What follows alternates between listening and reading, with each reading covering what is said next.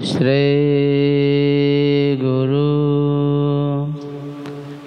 निताय गौर शितनाथ प्रेमानंदे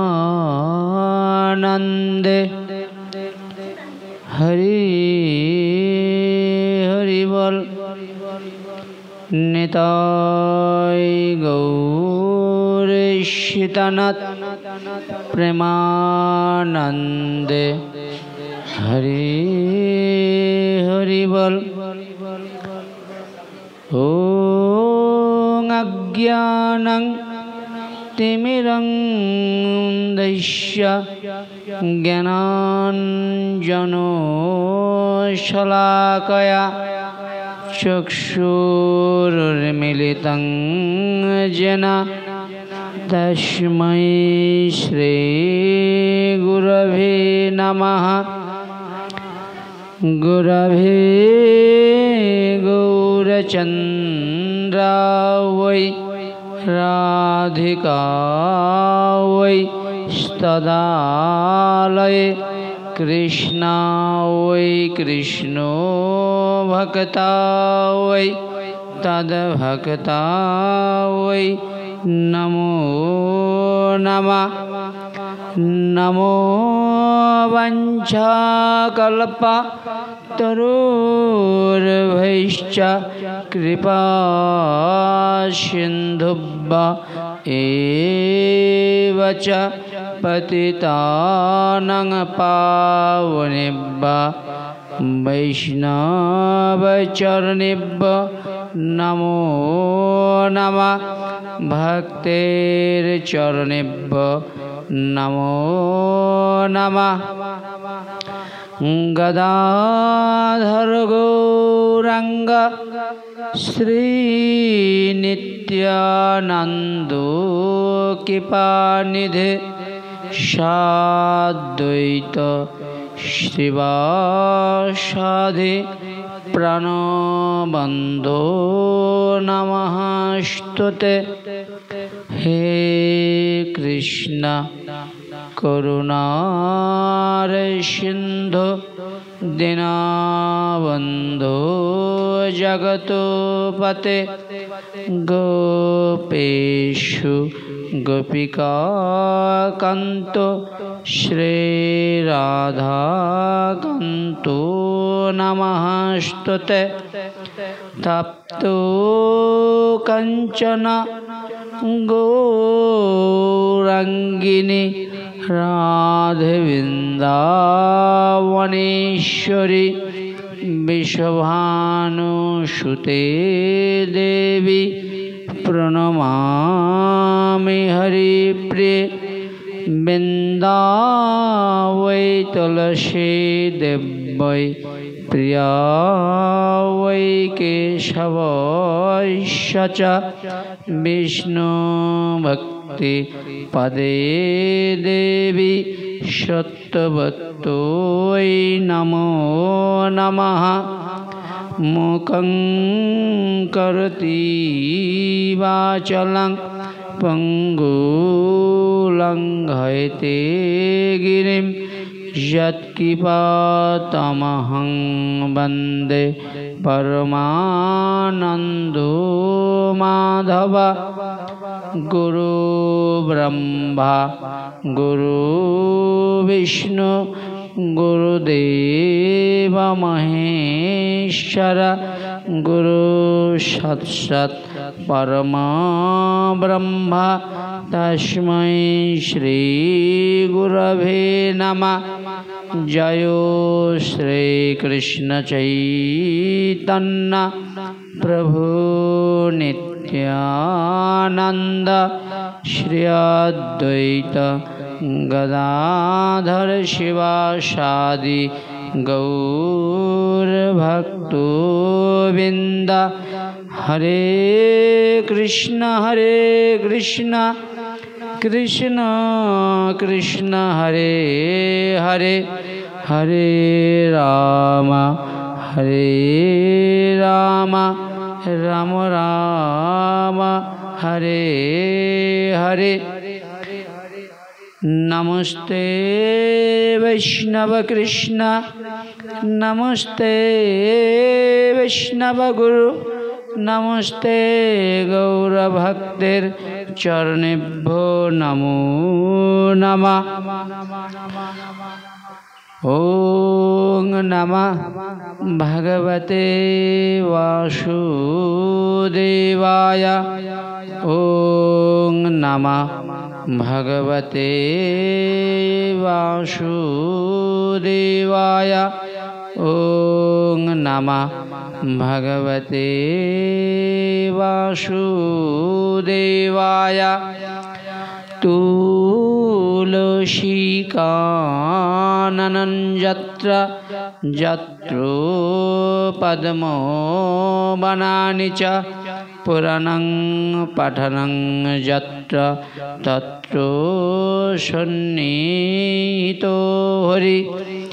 नारायणं नमस्कृतं नरो चैव नरोत्तमः देवी सरस्वती व्यास ततो जयो मुदीरयेत्। निगमकल्पतरुर्गलितं फलं सुखोमुखदमृतदुर्वा संयुत पिबत भागवतो रसमालया मुहुरहो रसिका भुवि भावुका। जयो जय श्री गौरांगेर भक्तो चंद्रगणा যাদের প্রেম জ্যোৎস্নায় আলো কৈল ত্রিভুবনা। জয় জয় মহাপ্রভুর ভক্ত একান্ত সবে মিলে পদ রাজা দেহ মোর শিরপান্ত। বেদে কহে তোমাদের করুণা বিহলে কৃষ্ণ নাহি মিলে যোগ সমাধি সাধনে। হাতেবে তোমার সভায় আমার অসংখ্য অসংখ্য প্রণাম। কৃপা করি দেহ মোরে ইষ্ট বরদান। গ্রন্থের প্রারম্ভে করি মঙ্গলাচরণ।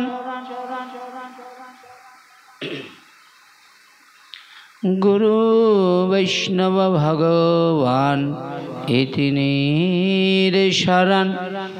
এতিনের শরণে হয় বিঘ্ন বিনাশন। অনাশে হয় নিজ বাঞ্ছিত পুরাণা।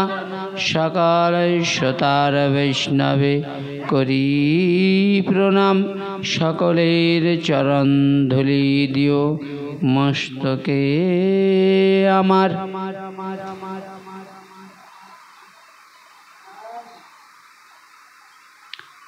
সংক্ষেপে সবাইয়ের চরণ বন্দনা করি। মনানন্দে প্রেমানন্দে বলুন নিতাই গৌর হরি। নিতাই গৌর প্রেমানন্দে হরি হরি বল। সর্বাগ্যে পরম আরাধ্য পরম করুণার ঘন বিগ্রহ মদীয় গুরুপাদ পদ্ম সিধাম মায়াপুর চৈতন্য আশ্রমের বর্তমান আচার্য ওং বিষ্ণুপাদ ত্রিদণ্ডী ভক্তি কমল ঋষিকেশ মহারাজের শ্রী রাতুল চরণ কমলে ভক্তিপূর্বক অনন্ত অনন্ত কোটি দণ্ডবৎ প্রণতি নিবেদন করছি।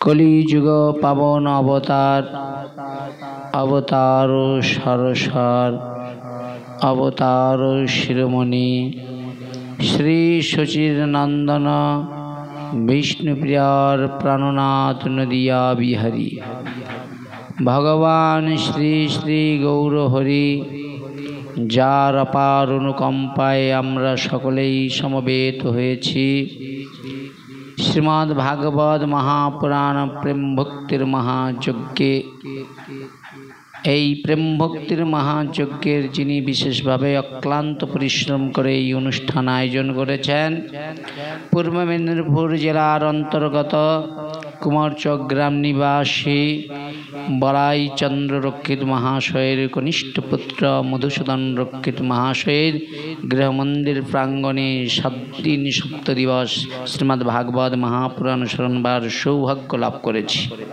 আজ তার 6ষ্ঠ দিন। এই 6ষ্ঠ দিনে আসনে উপবেশন করেছেন যে সকল ভগবত পিপাসু ভক্তবৃন্দ এবং ভক্তিমতী মাতৃমণ্ডলীবৃন্দ, সবাইয়ের শিরাতুল চরণ কমলে অধম দিন দাসের পক্ষ থেকে ভক্তিপূর্বক অনন্ত অনন্ত কোটি প্রণাম নিবেদন করছি।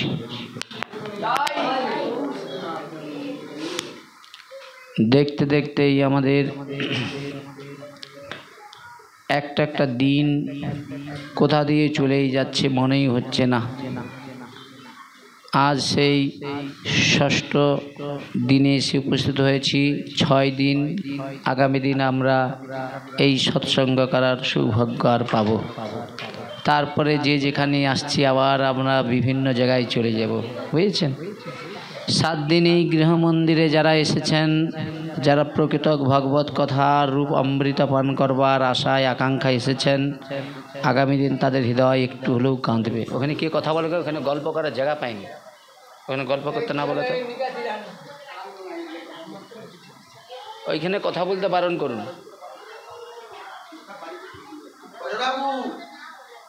এইখানে কি গল্প করতে আসছেন নাকি? কথাগুলো কানে আসতেছে।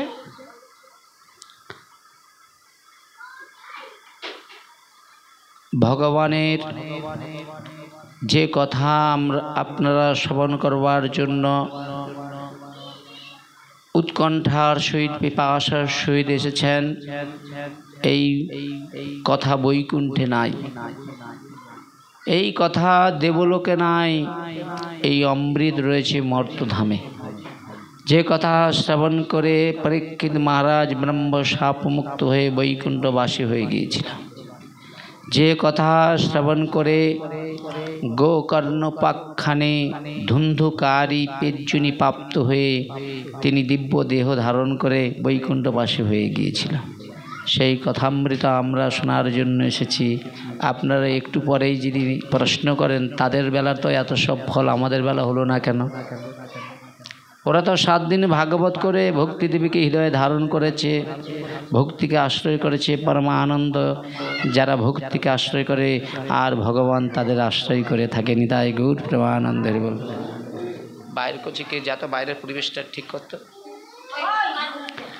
তো রাজা পরীক্ষিত শ্রোতার আসনে বসেছেন, বক্তার আসনে বসেছেন ব্যাসনন্দন সুখদেব মহারাজ, যিনি এই সংসারের সকল মায়া মুক্ত। এই সংসারের কোনো মায়া তাকে কখনো স্পর্শ করতে পারে না। যিনি কোনো বিনিময়ের ভাগবত কথা কীর্তন করে না, একমাত্র পিতা বলুন আর গুরু বলুন ব্যাসদেবের কাছ থেকে যে শিক্ষা নিয়ে ভাগবতের মহিমা কীর্তন করে তিনি শ্রোতার আসনে যিনি বসেছেন পরীক্ষিত মহারাজ, তিনি সাধু চরণে অপরাধ করেছেন, ব্রহ্ম শাপমুক্ত, কিন্তু হরিকথারূপ অমৃত পান করে তিনি বৈকুণ্ঠবাসী হয়ে গিয়েছিলেন। এই ইতিহাস আমরা সকলেই জানি, সকলেই শুনি, কিন্তু পরীক্ষিত মহারাজ যেই ভারাক্রান্ত হৃদয়ে চোখের জল নিয়ে সংসার বাসনা স্ত্রী পুত্র বিষয় বৈভব ত্যাগ করে একমাত্রই ভগবত চরণকে আশ্রয় করে ভাগবত কথা শুনেছিল, সেই ভাবনা নিয়ে আমরা কেউ আসি নাই।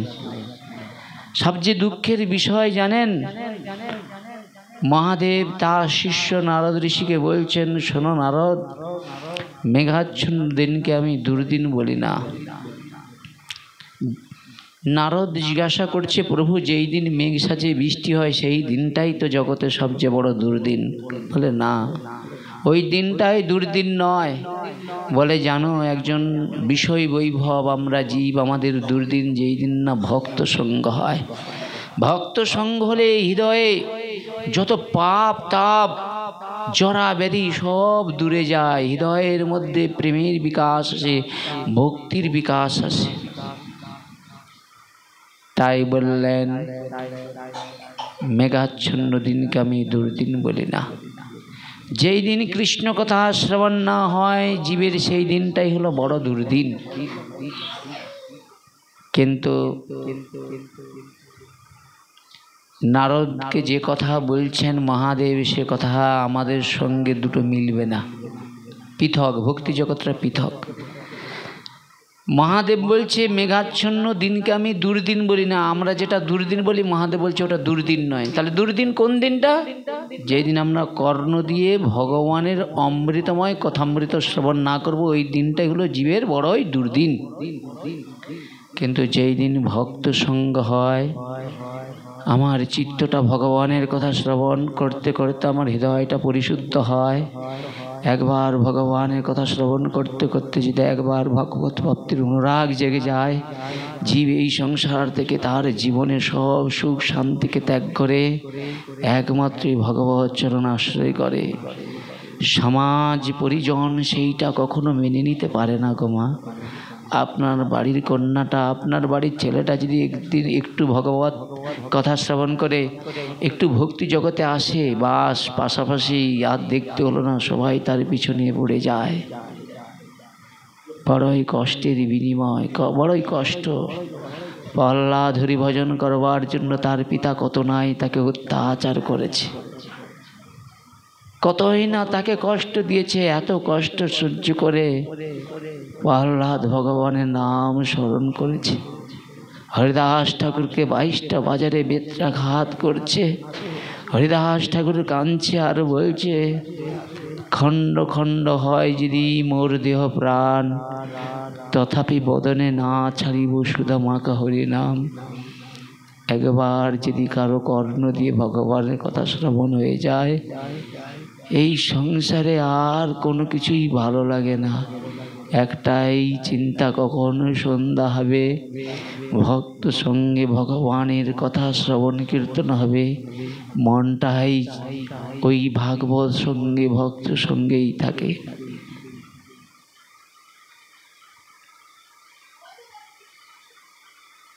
মানুষ কোনো কর্মে যদি অসফল হয়, তখন দুঃখে কত হাই হুতাশ করে। ছেলেটার ভালো চাকরি হলো না, মেয়েটাকে বিবাহ দিলাম, ছেলেটা নেশা খায়, যা রোজগার করে সব জুয়া খেলে নষ্ট করে দেয়। পিতা মাতার কত দুঃখ। মহাদেব বলছে এগুলো দুঃখের কারণই নয়, এগুলো কর্মের ফল। দুঃখ কোথায়? হে ভগবান, 80 লক্ষ জনি ভ্রমণ করে এই দুর্লভ মনুষ্য জীবন পেলাম, কিন্তু শ্রী গুরুদেবের কৃপা এবং করুণা থেকে বঞ্চিত হয়ে গিয়েছি। আমার যদি গুরুদেব তিনি মায়া মুক্ত হতো, সেই মুক্ত পুরুষ যদি আমার কর্ণে সেই ভগবানের বাণী দ্বারাই আমার দেহটাকে শুদ্ধ করে দিত, আর গুরুদেবের কৃপার ফল অমৃত সুধা,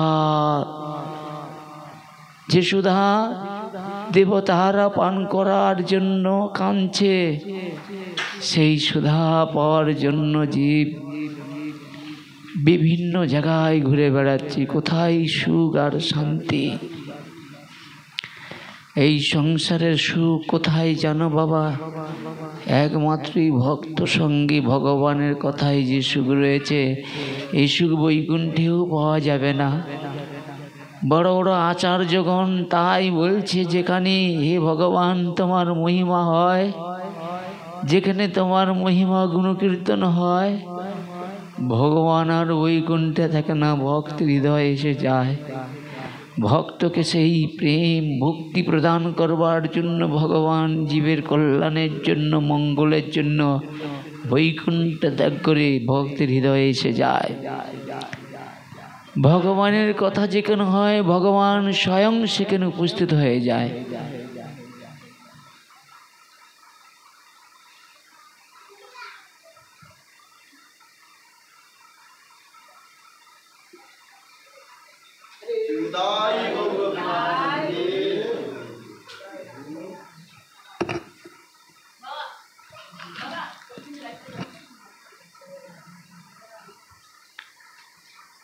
ভগবান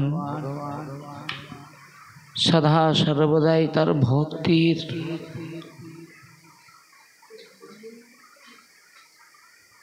তিনি ভক্তির কাছে ভক্তির কাছে ভগবান বিক্রি হয়ে যায়। এই জগতে আজকে ভালোবাসাটা ঠুনকো হয়ে গিয়েছে,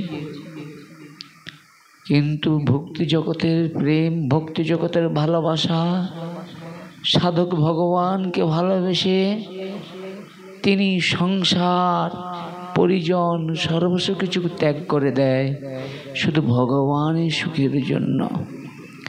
আপনারা যারা ভক্তি জগতে এসেছেন ভগবানকে সুখ দেওয়ার জন্য কত কষ্ট করছেন, একাদশী ব্রত করছেন, আহার শুদ্ধ করেছেন, নিত্য ভগবানকে ভোগ নিবেদন করে প্রসাদ গ্রহণ করছেন, নিত্য নিত্য ভগবানের অমৃতময় কথামৃত শ্রবণ করছেন। ভগবান মনে মনে চিন্তা করে আমার ভক্ত আমার জন্য এত কষ্ট স্বীকার করছে। ভগবান সেই কষ্ট সহ্য করতে না পেরে ভগবান ভক্ত যখন ভগবানের মহিমা কীর্তন করতে করতে ভাবাবেশে ভগবানের মহিমা কীর্তন করতে করতে ওই ভাবের বিনিময়ে এই সংসারে সব কিছু ভুলে যায়। ভগবান মাথায় করে বোঝা নিয়ে এসে দরজায় দাঁড়িয়ে থাকে, কখন ওই ভক্ত ওই আমার প্রদত্ত বস্তু আমাকে নিবেদন করে প্রসাদ রূপে গ্রহণ করবে। ভগবান দেখল ভক্ত যখন সেবা গ্রহণ করে ভগবান তখন ওখান থেকে আবার চলে যায়। ভক্ত যে তার ভক্তের এতটুকু কষ্ট সহ্য করতে পারে না। তাই আজকে ভগবান যখন বৃন্দাবনের দিকে নিয়ে যাচ্ছে, একটু বৃন্দাবনে এক ভক্তের কথা মনে করাচ্ছে, যখন বলেই ফেলি। হ্যাঁ, ভাবছিলাম ভাগবতের একটা মহিমা করব, ভগবান যখন এদিকে নিয়ে যাচ্ছে নিয়ে যাই, বুঝেছেন? ভগবান যা চায় সেটাই করা ভালো।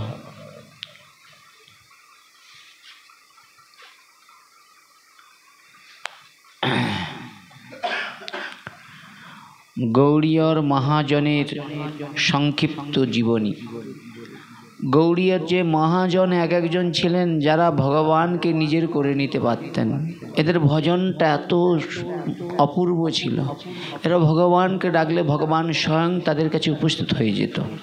মানে কি বলা যায়, যেমন একজন জমিদার চাকরকে ডাকলেই চাকর ছুটে আসে, মালিকের কথা শুনে সব কর্মক্রিয়া করে।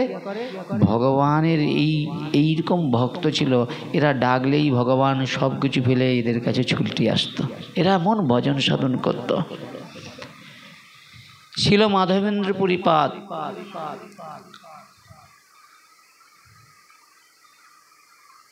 তিনি ছিলেন মাধবাচার্য সম্প্রদায়ের অন্তর্গত। পূর্বে মাধবেন্দ্রপুরী বৃন্দাবনে আসিয়া ভ্রমণ করিতে করিতে শ্রী গোবর্ধন পর্বত পরিক্রমা করিয়া গোবিন্দকুণ্ডে আসিয়া স্নান করিয়া এক বৃক্ষর তলে আসিয়া বসিলেন। মাধবেন্দ্রপুরে এলেন কোথায়? বৃন্দাবনে। আর এসে কি করছে না, তিনি এসে গিরি গোবর্ধন পরিক্রমা করছে, গোবিন্দকুণ্ডের জলে স্নান করে গিরি গোবর্ধন পরিক্রমা করছে। এবং পরিক্রমা শেষে এক বৃক্ষের তলায় উপবেশন করেছে, মানে একটা বৃক্ষ রয়েছে তার তলায় এসে বসেছেন। এমন সময় এক গোপবালক এক ভাণ্ড দুগ্ধ লইয়া আসিয়া বলিলেন, পুরী তুমি এই দুগ্ধ পান করো। স্বয়ং ভগবান একটা ছোট্ট বালক রূপ ধারণ করে মাধবেন্দ্রপুরীর কাছে এসে বলছে, ও পুরী গোসাই, এই নাও, এই দুগ্ধটা তুমি পান করো। স্বয়ং ভগবান এসেছেন। দেখেন তাহলে মাধবেন্দ্রপুরী কীরকম ভগবত ভজন করত, ভগবান খেতে দিত, ভাবলে অবাক। নিজে নিজ পায়ে হেঁটে এসে মাধবেন্দ্রপুরীকে খেতে দিতে আসছে, আবার ভগবান সাক্ষী দিতেন বৃন্দাবন থেকে রেবনাতে গিয়েছে, বুঝেছেন? ভগবানের মহিমা অনন্ত। কিন্তু সেই রকম ভক্ত যদি কেউ হতে পারে তাহলে তাদের বংশটা সার্থক। যে মা তাকে গর্ভে ধারণ করেছে তার গর্ভ ধারণ করা সার্থক। কেন? আজকে দেখুন এইরকম ভক্তের তো প্রয়োজন, যারা ভগবানকে আপন করতে পেরেছে। আর আমাদের তো ভজনে, আমার আপনাদের না, আমার ভজনও নাই, সাধনও নাই, তাহলে আমরা কি আর সেভাবে ভগবানের কৃপা করুণা পেতে পারি? মাধবেন্দ্রপুরীর সম্মুখে এসে বলছে, পুরী গোসাই, এই এক ভাণ্ড দুগ্ধ এটা আপনি গ্রহণ করুন। যেই এই কথা বলেছে, মাধবেন্দ্র তো তার রূপ মাধুর্য থেকে মানে ভিতরের পরম দিব্য আনন্দ উপলব্ধি করছে। এত সুন্দর ছেলে তো এর আগে কখনো দেখি না নয়নে, কি রূপ মাধুর্য, আহ কি সুন্দর। এই তুমি কাদের ঘরে? বলছে আমি গোয়ালা ঘরে গো। এই দেখো তুমি যে এই যে তুমি যে এখানে বসে বসে এই ওই গোবিন্দ কুণ্ডে স্নান করে গিরিগোবর্ধন পর্বত পরিক্রমা করে এখানে বৃক্ষের তলায় বসে রয়েছ, আচ্ছা তুমি তো মেঘে খেতে পারো, তো মেঘে কেন খাচ্ছ না গো? পুরী জিজ্ঞাসা করলেন, তুমি কে? কেমন করে জানিলেন আমি উপবাস করিয়াছি? দেখেন এরা জ্ঞানী লোক, আমাদের মতো লোককে বললে তো আমরা গল্প লাগিয়ে দেবো, বুঝেছেন? বলছে আমি যে উপবাস রয়েছি তুমি জানলে কেমন করে? বালকটা বলিলেন, আমি এক গোপ বালক, এই গ্রামে বাস করি। আমার গ্রামে কেউ কখনো উপবাস থাকে না, আমার এই গ্রামে কেউ কখনো উপবাস থাকে না। যে এই গ্রামে আসে সে পরম আনন্দে খেতে পায়। তাদের কিছু মনে করো না, বৃন্দাবনে যাবেন, ওখানে কোনোদিন কেউ উপবাস থাকে না, কোনো দিন। কেন? আপনার সেবা দেওয়ার জন্য হাজার হাজার মানুষ অপেক্ষা করছে। নিতাই গৌর প্রেমানন্দ। হ্যাঁ, সেই জায়গায় দাঁড়িয়ে যখন জিজ্ঞাসা করলেন, আমি এক গোপবালক এই গ্রামে বাস করি গো, আমার গ্রামে কেউ উপবাস থাকে না। আমি যে গ্রামে বাস করি এই গ্রামে কেউ উপবাস থাকে না। যাহারা অযাচক মানে মেঘে খায় না, আমি তাহার দিকে আহার প্রদান করে থাকি। দেখেন ওখানেই কিন্তু বলে দিলেন, বুঝতে পারে না। যারা কখনো কাউকে চেয়ে খায় না, সেই গোপাল বলছে আমি তাদের আহার জুটাই। কিন্তু মাধবেন্দ্রপুরী বুঝতে পারল না, ওই কথার মধ্যেই বলে দিয়েছে। আর আহার জুটানোর মালিককে সেই অনাদির আদি গোবিন্দ। বলছে এই গ্রামে যারা অযাচক মানে যেচে কারো কাছে চায় না, দিলে খায়, না দিলে উপবাস থাকে। আর এই গ্রামে কেউ উপবাস থাকে না, যারা উপবাস থাকে আমি তাদের খাদ্য যোগাইনি। তাই গৌর হরি বল। দেখেছেন? গোপস্ত্রীগণ জল লইতে আসিয়াছিলেন, তোমাকে দেখিয়া গিয়া আমাকে পাঠাইলেন। বলছে তুমি যেখানে বসে জপ করছো এই গোপস্ত্রীরা দেখে গিয়েছে, তারাই আমাকে এই দুগ্ধের ভাণ্ড দিয়ে তোমাকে দেওয়ার জন্য পাঠিয়েছি। শোনো, আমি এখন গো দহনে যাচ্ছি। আমার অনেক অনেক নবলক্ষ ধেনু আছে, তো তাদের ওই দুগ্ধ দুইত হয়, সেই কাজ করি। কেন? ওই গোয়ালা ঘর ছেলে তো, আমাকে গোদহন করতে হয়। তা শোনো, আমি গোদহনে যাচ্ছি, পুনরায় আসিয়া এই দুগ্ধ পাত্র লইয়া যাইব।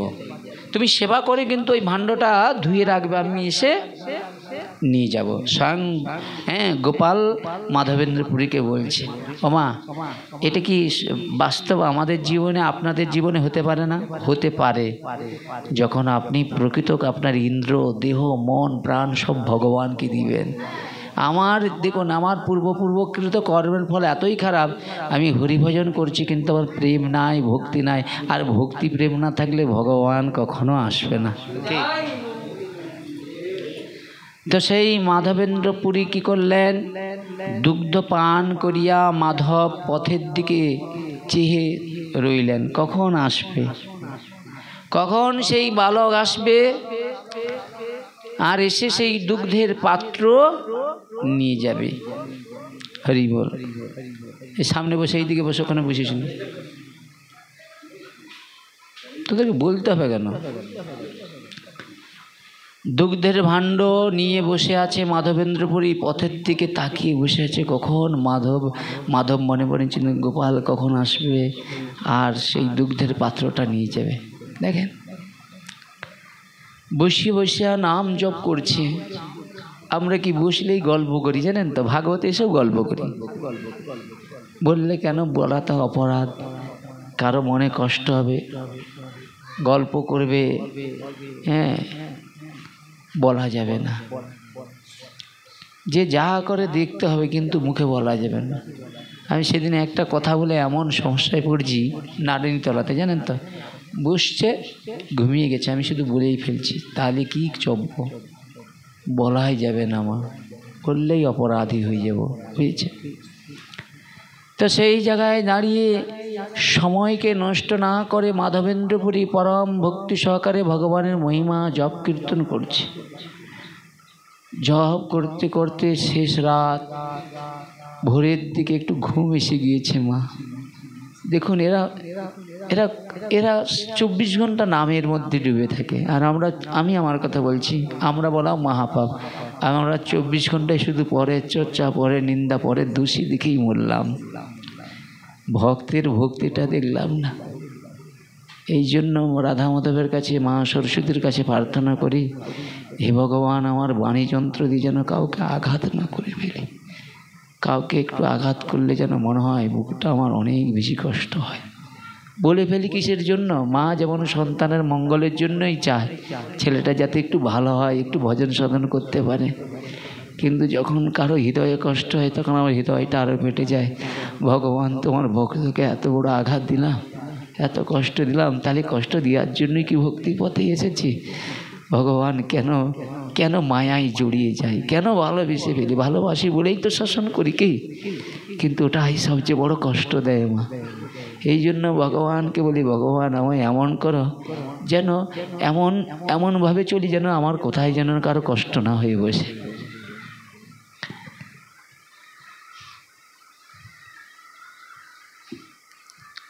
মাধবেন্দ্র পুরী কি করলেন? তন্ত্র এসে গিয়েছে। মাধব সেই ঘুমাতে, যে ঘুমটা ধরে গিয়েছে, স্বপ্ন দেখতে পেল। সেই বালক মাধবেন্দ্রপুরীর কাছে এসে মাধবেন্দ্রপুরের হাতটা ধরে এক কুঞ্জে নিয়ে গেল। দেখেন ভগবান কেমন করুণাময়। ভগবান যদি কাউকে কৃপা করবে তো কৃপাই করে দিবে। আমরা যদি অনন্তকাল চেষ্টা করি তার কৃপা পাওয়ার জন্য, ভগবান এতটুকু কৃপা করবেন। তিনি যদি কাউকে সেই বস্তুটা দেয় যেটা ভগবান গুরুদেবের কাছে রেখেছে, আর গুরুদেব যদি সেটা কোনো কারণে কোনো তার শিষ্যকে দিয়ে দেয়, তবে শিষ্য সেই প্রেম ভক্তিটাকে হৃদয়ে ধারণ করে পরম দিব্য আনন্দময় জীবন যাপন করতে পারে, সুখময় জীবন যাপন করতে পারে, শান্তিময় জীবন যাপন করতে পারে। মাধবেন্দ্রপুরী দেখলেন সেই বালক এসে তার হাতটা ধরে নিয়ে যাচ্ছে একটা কুঞ্জে। সেই কুঞ্জ দেখিয়া বলিলেন, শোনো মাধব, আমি এই কুঞ্জে বাস করি। শীত বৃষ্টি রোদে খুব কষ্টে আমি রয়েছি।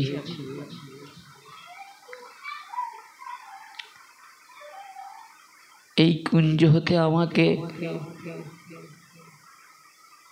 উদ্ধার করিয়া গোবর্ধন পর্বতের উপরে স্থাপন করো মাধব। আমার নাম রাখবে শ্রীগোপাল গোবর্ধনধারী। স্বয়ং ভগবান স্বপ্নে বলে দিয়ে যাচ্ছে, আমার নাম রাখবে শ্রীগোপাল গোবর্ধনধারী। আমাকে এখান থেকে লইয়া ওই গিরি গোবর্ধনের পর্বতে উঠাইয়া একটা মঠ স্থাপন করবে। আর কি করবে জানো মাধব? বহুদিন তো ওই রোদ বৃষ্টিতে রয়েছি, আমার দেহেতে না অনেক কষ্ট হচ্ছে, বহু শীতল জল দিয়ে আমাকে স্নান করাবে।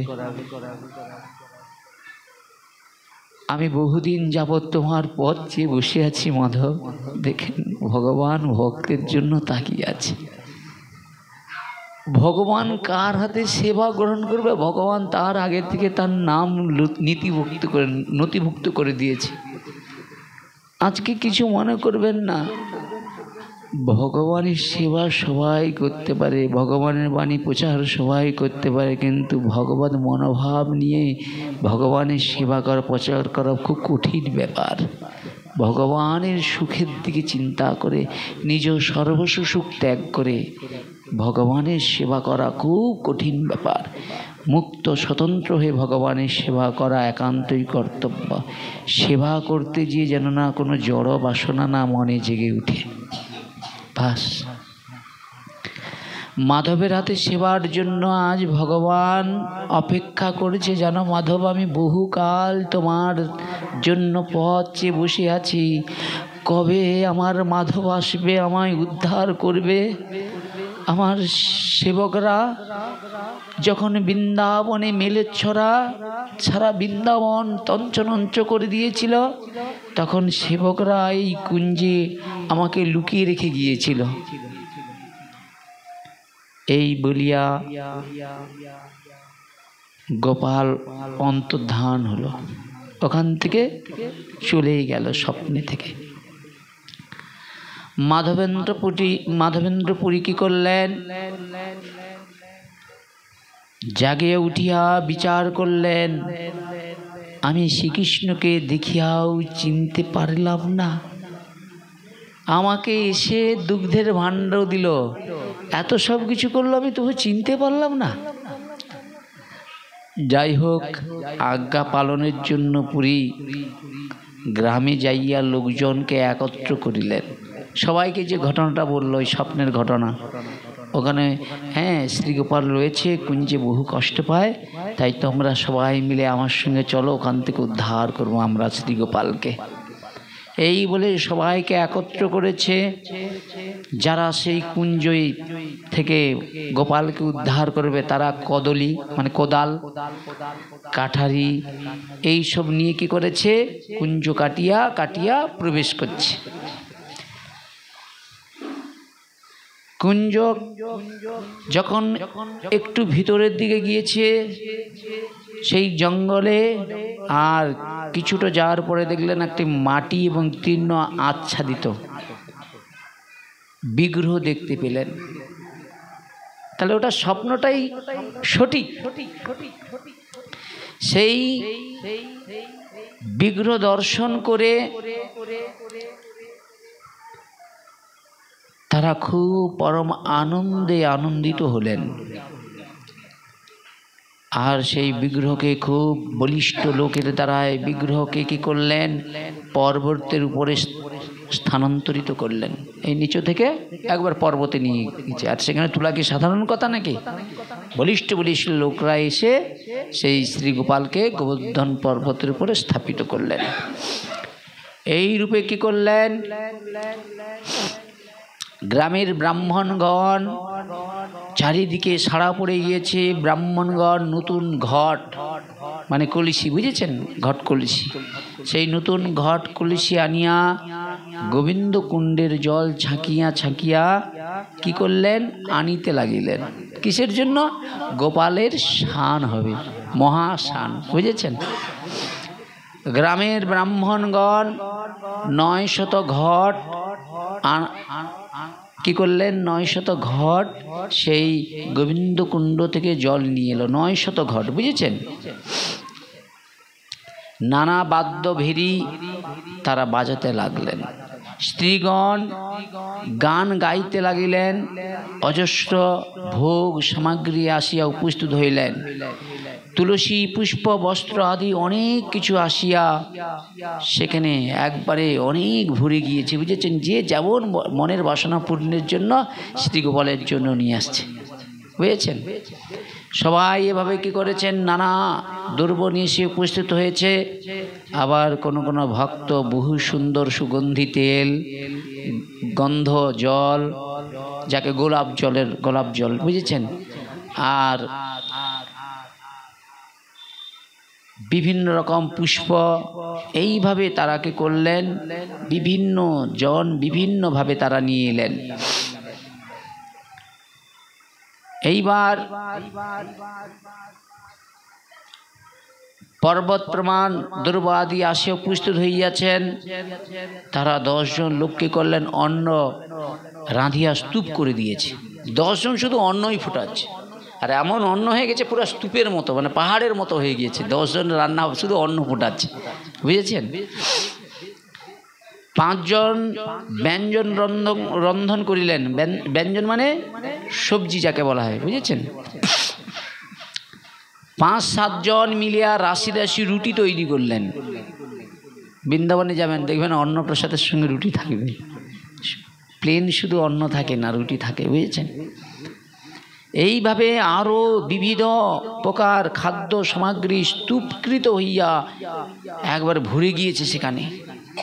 পুরী গোসাই কি করলেন, গোপালের সমর্পণ করিলেন, মানে ভগবান গোপালকে কি করলেন, তুলসী দিয়ে অর্পণ করলেন, দেখেন। আর যেই তুলসী দিয়ে যেই অর্পণ করেছে, বহুদিনের ক্ষুধার্ত গোপাল একবারে খাওয়া শুরু করে দিয়েছে। মাধবেন্দ্রপুরী দর্শন করছে।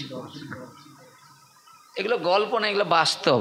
আপনারা জানেন যে ওই পিতলের গোপাল ও কি খায়, বাস্তবই খায়। মানুষ সেই ভক্তি নেই বলে দেখতে পায় না, বুঝেছেন? মাধবেন্দ্রপুরী দেখলেন গোপাল পরম আনন্দে কি করলেন, বহুদিনের ক্ষুধায় গোপাল খাইল সকল, মানে এমন খাচ্ছে মাধবেন্দ্রপুরী চমকে গিয়েছে, বলে এতজনকে যে আমন্ত্রণ করেছে, যারা এত ভক্তরা এসেছে, এরা কি খাবে? তো গোপাল একাই খেয়ে সব খেয়ে নিচ্ছে, বুঝেছ?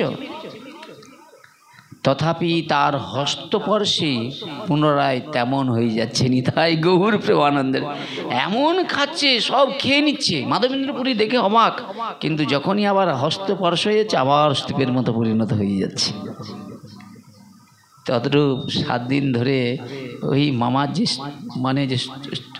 মানে যেটা বলে স্তূপ আছে আর কি, মানে যেটাকে টাকার মানে যে একটা ভাঁড় আছে, সেখান থেকে 7 দিনে যেটুকু বার করে এদের কাছে নিয়ে যাচ্ছে না, ভগবান কোথা দিয়ে যে ভরে দিবে রাধা মাধব। এটা একবারে সত্য, কেউ ছাড়াতে পারে না। এদিকে তুমি খরচ করবে, ওদিকে ভগবান মা অন্নপূর্ণা ভরে দিবে। তুমি জানবেই না, এই যে 7 দিন অনুষ্ঠান হচ্ছে, তো কোথাও মামা বুকে হাত দিয়ে বলুক, এতটা মনে চিন্তা আছে যে কোথা থেকে কি হবে। আছে রাধা মাধব ঠিক কোথা থেকে তোমার কৃপা করুণা করবে, বসে আছে কৃপা করার জন্য। শুধু ভগবান বলছে আরো মন দিয়ে ডাকুক, আমি আছি যোগান দেওয়ার জন্য, বুঝেছ? এদিকে যত দিবে ভগবান ওদিক দিয়ে ঠেলে দিবে, বুঝেছেন? মাধবেন্দ্রপুরী কি করলেন, দেখলেন ভগবানের হস্তস্পর্শে সব পুনরায় তেমন হয়ে যাচ্ছে। এই সমস্ত একমাত্রই মাধবেন্দ্রপুরী দর্শন করিলেন। ভিতরে সবাই দর্শন করতে পারবে না মা, ভগবানের লীলা, ভগবানের সর্বস্ব কিছু সবাইয়ের দর্শন হয় না। এইসব দর্শন হয় শুদ্ধ সৎ বৈষ্ণবের সঙ্গে, গুরু বৈষ্ণবের কৃপায়। কেউ যদি মনে করে এটা আমার সাধনের কৃপায়, তাহলে আর তার দর্শন হবে না, দর্শন থেকে বঞ্চিত হয়ে পড়ে। ভগবান যখন ব্রজের গোপীগণ 16 বৎসরের যুবতীরা পিতামাতার চরণে গিয়ে কাঁদছে, ওমা আমাদের বহু অভিলাষ, আমরা যেন শ্রীকৃষ্ণের চরণে প্রেম লাভ করতে পারি, ভক্তি লাভ করতে পারি। মা, গোপীরা কাঁদছে ভগবানের চরণে প্রেম ভক্তি লাভ করার জন্য। পিতামাতা বলছে, এই তোমরা যুবতী, তোমরা ঘরে বসে ভজন সাধন করো, ওই যমুনার তটে ওই একাকী ওই জঙ্গলে যে তোমরা গোবিন্দ পাবে? বলে, গোবিন্দ পেতে গেলে বিষয় ত্যাগ করতে হবে মা। এই বিষয় এমন জানো তো, এখানে থাকলেই না ও আপনাকে না টান দিবে, আস্তে আস্তে হরিভজন করবে, ও টেনে দিবে, বুঝেছেন? তো মা আমরা সংকল্প করেছি 1 মাস কাত্যায়নী ব্রত করব, যমুনার তীরে বসে না ছোট্ট ওই পাতা দিয়ে কুঠির বানাবো, ভোরের বেলা ব্রহ্ম মুহূর্তে উঠে ওই যমুনার জলে স্নান করে ভগবানের মহিমা জপ করব। এটুকু থেকে বঞ্চিত করো না মা। গোপীদের এই অনুরাগ দেখে পিতামাতাদের হৃদয় একবারে দুর্বল হয়ে গিয়েছে, আর পারল না এদের ভক্তির কাছে। যা, তোদের মনোবাসনা যাতে পূর্ণ হয়, তোরা যা, চলে যা। গোপীরা কি করলেন, ঘর থেকে কি করেছে, কিছু অন্নের জন্য চাল নিয়েছে, কয়েক পিস আলু নিয়েছে, বেশি লভ্যচষপ্রিয় নেয়নি। এরা কি করে না, সে হব্বিষ্যি অন্ন দিয়ে সেটাই গ্রহণ করে। গোপীরা সেই জঙ্গলে গিয়ে কুঠির রচনা করে যেটুকু রান্না করে ভগবানকে নিবেদন করে প্রসাদ পায়, সারাদিন ভগবানের মহিমা জপ করে। এই পূর্ণ আনন্দে তারা সেখানে ভগবানের কীর্তন করে, ভগবানের মহিমা জপ করে। এত আনন্দ, তারা সংসারের সব কথা ভুলে গিয়েছে জানো, আর তাদের সংসারের কথা কোনো মনে নাই। আপনাদের মতো ভক্তদের মতো, আপনারা যারা হরি কথা শুনতে এসেছেন, আপনাদের সংসারের কথা চিন্তা রয়েছে, আপনারা সব ভুলে গিয়েছে। গোপীরাও সব ভুলে গিয়েছে। এই করতে করতে আজ তাদের না 30 দিন পূর্ণ হয়ে গিয়েছে। হয় না, এই যে কার্তিক মাস হবে, একদিন তো কার্তিক মাস শুরু থেকে আবার সমাপ্ত হয়। এখন গোপীরা কি করেছে, যমুনার জলে স্নান করে তারা ভগবানকে জানিয়ে চলে যাবে, ঘরে ফিরে যাবে। কিন্তু জানো মা, দুর্ভাগ্যের বিষয়, গোপীরা কি করলেন, সেই দিন ওই যমুনাতে স্নান করবার পূর্বে এদের স্মৃতি ভ্রষ্ট হয়ে গিয়েছে। ওরা কি করলো, যমুনার জলে স্নান করার আগে ওরা কি করছে, সেখানে তো কেউ যায় না, পুরুষ টুরুষ একাকী না, মানে একাকী জঙ্গল তো, তারা কি করেছে, পরনের পোশাকগুলো সব আড়াই রেখে উলঙ্গ হয়ে জলে নেমে গিয়েছে, বুঝেছেন? আচ্ছা বলুন তো মা, ওই জলে উলঙ্গ অবস্থায় কাউকে নামতে নেই, এটা আপনারা জানেন তো? জানেন? কেউ জানেন? কেন না, আমাদের দেহেতে অনেকগুলো ছিদ্র আছে, বুঝেছেন?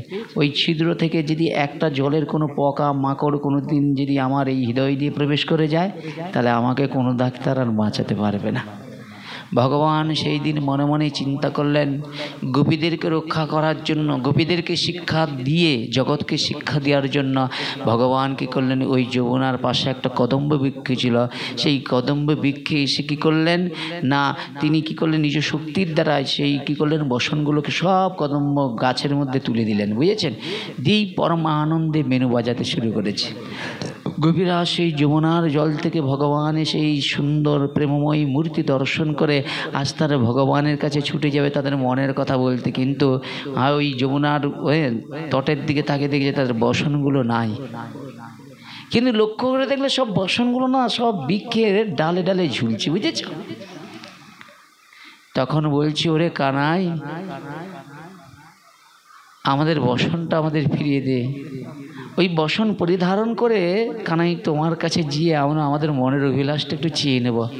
ভগবান বলছে, যাকে পাওয়ার জন্য তোমরা বিষয় বৈভব সব কিছু ত্যাগ করে এখানে এসেছ, তার কাছে আবার লজ্জা কিসে? তোমরা তো আমাকে সব দিয়েই ফেলেছ। আচ্ছা, পতির কাছে কি স্ত্রীর কোনো লজ্জা আছে? আছে? তাদের ভক্তের কাছে তো কোনো কিছুই নাই, সে তো ভগবানকে সব দিয়েই ফেলেছে। আচ্ছা, ভক্তের দেহটা কি আর নিজের রয়েছে? হ্যাঁ, এ তো ভগবানের হয়ে গিয়েছে, বুঝেছ? সেই ভগবান গোপীদের উদ্দেশ্যে বলছে। গোপীরা মনে মনে চিন্তা করলেন কি করা যায়, আমাদের তো ভগবানের কৃপা নিতে হবে। তাই তারা কি করলেন জানেন, তাদের দেহের অঙ্গ প্রত্যঙ্গগুলো জানেন তো হাত দিয়ে চেপে আড়ালে জঙ্গলে দাঁড়িয়ে এক হাত দিয়ে বলছে, ওরে কানাই, আমাদের আমাদের আমাদের বসনগুলো দাও, আমাদের মনের বাসনা পূর্ণ কর। বলে, কি চাও বলো? বলে আমরা যে সব সংসার ত্যাগ করে এসেছি তোমাকে স্বামীরূপে পেতে চাই। দেখুন, ভজন সাধনের মধ্যে কামনাও আছে, কামনা না থাকলেও আবার হরিভজন হবে না। ভেতরে এসে আগে জলের বোতলটা দেন। তো ভগবান কি করলেন, সেই গোপীদের মনের বাসনা যিনি ভগবান কি করলেন, বললেন ও গোপীগণ, তোমরা সংসার সর্বস্ব কিছু ত্যাগ করে এসেছো আমাকে প্রতিরূপে পাওয়ার জন্য। শোনো, তোমরা যেভাবে কষ্ট স্বীকার করেছো তোমাদের ইচ্ছা তো আমায় পূরণ করতেই হবে। কিন্তু শোনো, এই ইচ্ছাটা তোমাদের ইচ্ছার জন্য তোমাদের কাছেই আমি যাই। আমার ব্যক্তিগত কোনো সুখ নাই। নিতাই গৌর হরি বল।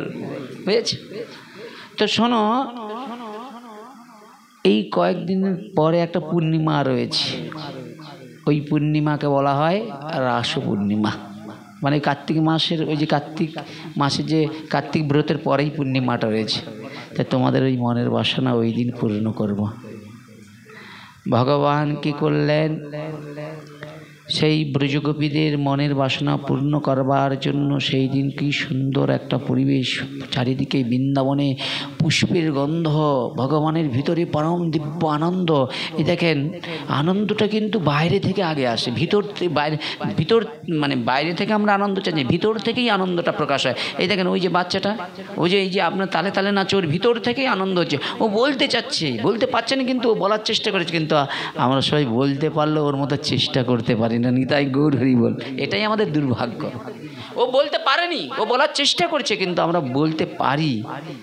কেউ যদি গান করে আমরা সেটা ধরতে পারি, কিন্তু আমাদের ওই মনটা তখন নাই। বুঝেছে? ভগবান সেই অপূর্ব সেই বনফুলের মধ্যে এত সুন্দর সেই পরিবেশ, ভগবানের ভিতরে আনন্দ, আর আনন্দের বিনিময়ে ভগবান কী করলেন, বেণুর ধ্বনি করলেন। আর সেই বেণুর ধ্বনিটা যেন সবাই শুনতে পারবে না। কারা শুনতে পারবে? যারা সেই আশীর্বাদটা লাভ করেছে, ওই যমুনার তটে বসে যারা তপস্যা করেছিল, যারা ব্রত করেছিল। এখন আপনারা বলবেন, আপনারা তপস্যা করবেন না, ওই বেণুর আওয়াজ পাবে? আপনি যদি বলেন আমি কার্তিক ব্রত করব না, কার্তিক ব্রতের ফল পাবো, এটা হবে? আপনি যদি বলেন আমি সাগর মেলা যাব না, ঘরে বসে টিভি দেখে সাগর মেলার পূর্ণ পেয়ে যাব, হ্যাঁ, টিভিতে সাগর মেলা দেখা যায়, কিন্তু সাগরে ডুব দেওয়া যায় না। যায় কি? তাহলে সাগরে ডুব দিতে গেলে কি করতে হবে? সেই সাগর মেলায় যেতে হবে। গোপীরা কি করলেন, ভগবানের সেই বেণুর যেই ধ্বনি শুনেছেন, তাদের চিত্তে একবারে কি করেছে, চিত্তটা একবারে চুম্বকের মতো ভগবানের চরণের দিকে টান দিয়েছে। গোপীরা মনে মনে চিন্তা করলেন দেহটাকে মার্জিত করতে হবে। কেন? দেখেন, গোপীদের যে মার্জনের উপরে অনেক মহিমা কথা রয়েছে, এই কথাগুলো শুনতে হবে। বলে গোপীদের মার্জনের মহিমা কি, এইগুলো মহাজনদের, দেখেন মহাজনদের কথা তো, এগুলো খুব মন দিয়ে না শুনলে বুঝতে পারবেন না। কি বললেন? লোকধর্ম, বেদধর্ম, দেহধর্ম, কর্ম, লজ্জা, ধৈর্য, দেহ সুখ, আত্মসুখ, মর্ম, দুত্তেজ, আর্যপদ, নিজ পরিজন, স্বজনে করায় যত তারণ ভৎসন, সর্বস্ব ত্যাগ করি করে শ্রীকৃষ্ণের ভজন, কৃষ্ণ সুখ হেতু করে প্রেম সেবন, আত্মসুখে দুঃখে গোপীর নাহিক বিচার, কৃষ্ণ সুখ হেতু চেষ্টা মনোব্যবহার। নিজের সুখটা তাদের জীবন থেকে সব চলে গিয়েছে।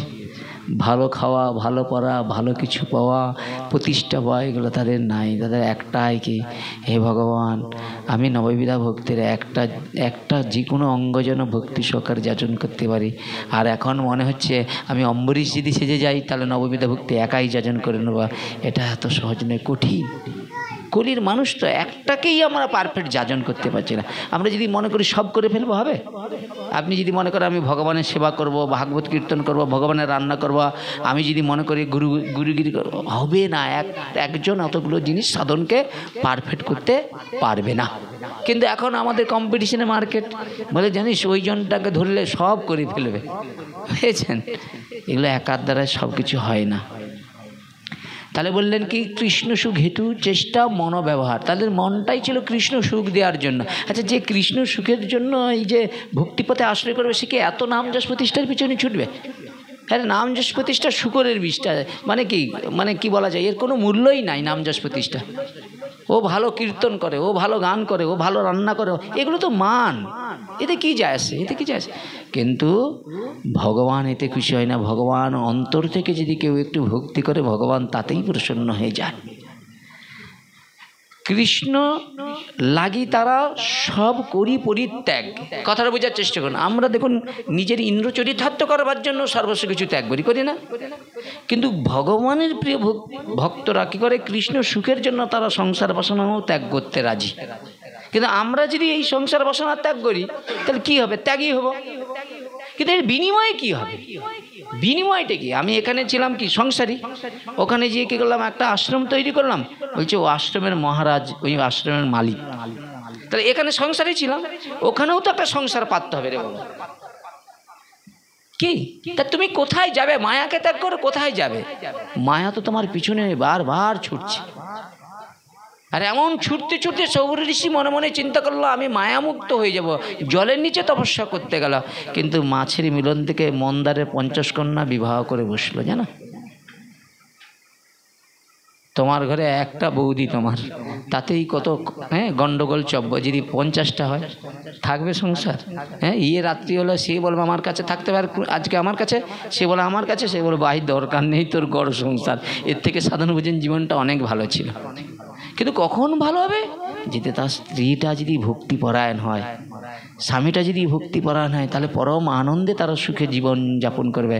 তারা কৃষ্ণের মহিমা কীর্তন করতে করতে কখন তারা পরম আনন্দে ঘুমিয়ে পড়বে না? তাহলে কৃষ্ণ সুখ হেতু করে শুদ্ধ অনুরাগ। অনুরাগটা কি? কৃষ্ণ সুখ।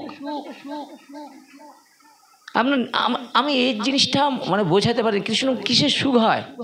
কেউ অন্তর থেকে যদি তাকে কিছু দেয়, আপনি দিবেন কি? ফলটাও তার, জলটাও তার, সবটা শুধু তোমার প্রীতি। এত সহজ, ওই প্রীতিটাই দেও না, তাতেই ভগবান তোমার হয়ে যাবে। এত সহজ নয়। কেন? তুমি যখন এটা দিতে যাচ্ছ মনে মনে চিন্তা হবে, এইটা যদি আমার ছেলের জন্য একটু নিয়ে যেতে পারতাম। ভগবানকে দিয়ে রাখে ছেলের চিন্তা হবে। তুমি নাড়ু বানাচ্ছ, ভগবানকে সেবা দেবে, নাড়ুটা চিন্তা করেছে বানাচ্ছ, বানাতে বানাতে হঠাৎ তোমার চিত্তে এসে গেল, আরে মেয়ের ঘরে জামাই নাড়ু খেতে খুব পছন্দ করে, ওরে 10টা দিয়ে দেবো। তা তুমি ভগবানকে দিয়ে রাখে তো তোমার জামাইকে 10টা দিয়ে দিচ্ছ। ভাবনাটা, মনটা এমন খারাপ। তা তুমি এই মনটাকে আগে তুমি ধ্যানের যোগের দ্বারা কন্ট্রোল করো, আগে নিজের আয়ত্ত রাখো। তো আমার ভিতরে কাম, ক্রোধ, লোভ, মোহ, মদ, আশ্চর্য আমাকে বারবার বাইরের দিকে সুখ পাওয়ার জন্য ঠেলে নিয়ে যাচ্ছে। আমি মায়ের এত লাথি খাচ্ছি, তবু দেখো না আমাকে ওই সেই ওর দিকেই ছুটতে ইচ্ছা হয়। যেমন মরুভূমিতে উটেরা যায় একটু জলের জন্য, কি করে খুঁজে বেড়ায়, কিন্তু মরুভূমিতে কি জল পাওয়া যায়? কিন্তু ওই মরুভূমিতে একটা কাঁটা গাছ হয়, উটেরা কি করে জানেন তো? সেই কাঁটা গাছগুলোকে চিবাতে চিবাতে না তাদের কাঁটার গায়ে তাদের মুখ দিয়ে না রক্ত ছটছট করে পড়ে একটু জল পাওয়ার জন্য। ততটুকু মিথ্যা বলবো না, আমি আমার কথা বলছি। একটু সুখ পাওয়ার জন্য কত মায়ার লাত খাচ্ছি, তবু আমার চিত্তটা ওই লাতের দিকেই যায়, ভগবানের দিকে যায় না। যদি ভাগবত আমার প্রতি প্রসন্ন না হয়, কৃপা করুণা না করে, আমি হাজার চেষ্টা করলেও আমি মায়া জয় করতে পারবো না। মায়ার সঙ্গে লড়াই করতে গেলে আপনি মরেই যাবেন, খাতার পর খাতা ছিঁড়ে যাবে। ভগবানের এক মায়াতে কত বড় বড় আচার্যগণ, কত বড় বড় ঋষিগণ সব টলে গিয়েছে, সৃষ্টিকর্তা ব্রহ্মা আদি টলে গেছে, দেবরাজ ইন্দ্র টলে গেছে। আমি এই অধম ফুটকা বাবা, মানে মনে করলে ভগবানের টিপে দিলে মরে যাব। ভগবানের মায়ার কাছে নারদ পারে না, আমি কোথায়? এই জন্য মায়া যে কি কষ্টকর জিনিস, এর হাত থেকে বাঁচার জন্য একটা উপাখ্যান আজকে আমাকে বারবার চিন্তা করাচ্ছে। সেটা ভাগবত থেকেই হবে যদি সময় হয়, বুঝেছে? তাহলে কৃষ্ণ সুখ হেতু করে শুদ্ধ অনুরাগ। গোপীরা বলছে আমার দর্শনে কৃষ্ণ পায় এত সুখ। গোপীরা মনে মনে চিন্তা করছে আমাদের দর্শন করে কৃষ্ণ এত সুখ হয়, এত আনন্দ পায়। সেই সুখে গোপীগণের প্রফুল্ল অঙ্গমুখ। আমাদের প্রাণ গোবিন্দ আমাকে দেখে কত আনন্দ হচ্ছে, কত সুখ হচ্ছে। গোপীদের অঙ্গে না আরো আনন্দ ছটা বেড়ে যাচ্ছে। গোপীর শোভা দেখি কৃষ্ণের শোভা বাড়ে যত ভগবান গোপীকে দেখেছে তো আনন্দ মানে রূপ মাধুর্য বেড়ে যাচ্ছে, আর গোপীর সেবা দেখে কৃষ্ণের শোভা বাড়ে যত, আর কৃষ্ণের শোভা দেখি গোপীর শোভা বাড়ে তত। এই প্রতিযোগিতায় কেউ হার মানছে না। এই হলো চিন্ময় জগৎ। একে যখন হৃদয় দিয়ে কেউ জড় জগতে বুঝতে পারবে বৈকুণ্ঠে কি সুখ আছে, এই সুখ তো এখানেই আছে, যদি অনুভূতিটা কেউ করতে পারে।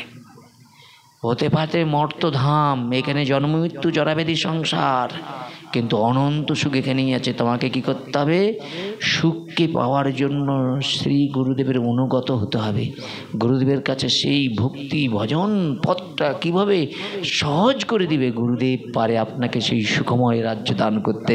নিতাই গৌর প্রেমানন্দের বল।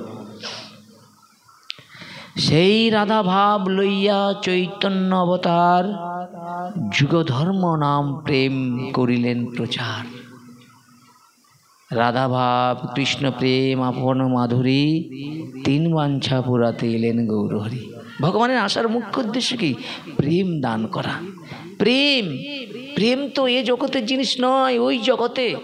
আর আপনি যদি ওই প্রেমকে এই জগতে একটা ছেলে নারীর মধ্যে মিনিয়ে নেওয়া হবে?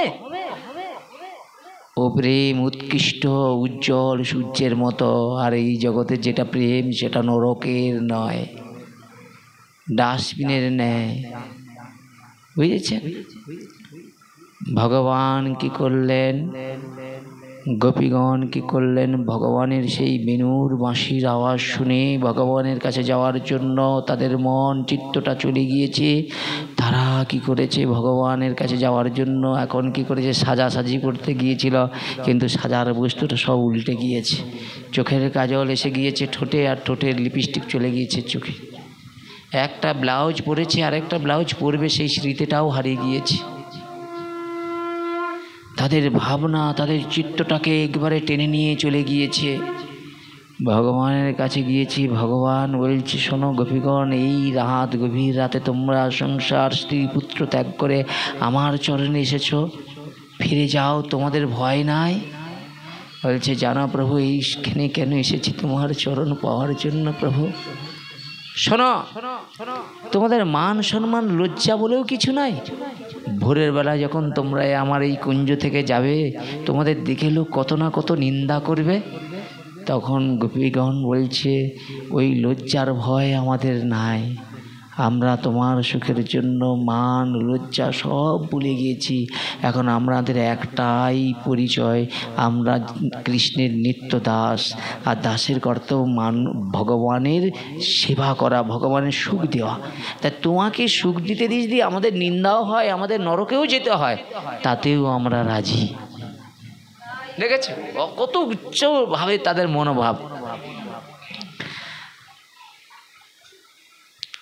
অদ্বৈত আচার্য গোসাই মহিমা পার, যাহার হুঙ্কারে কইল চৈতন্য অবতার। কলিকালে নাম রূপে কৃষ্ণ অবতার, নাম হইতে হয় সর্বজগৎ নিস্তার।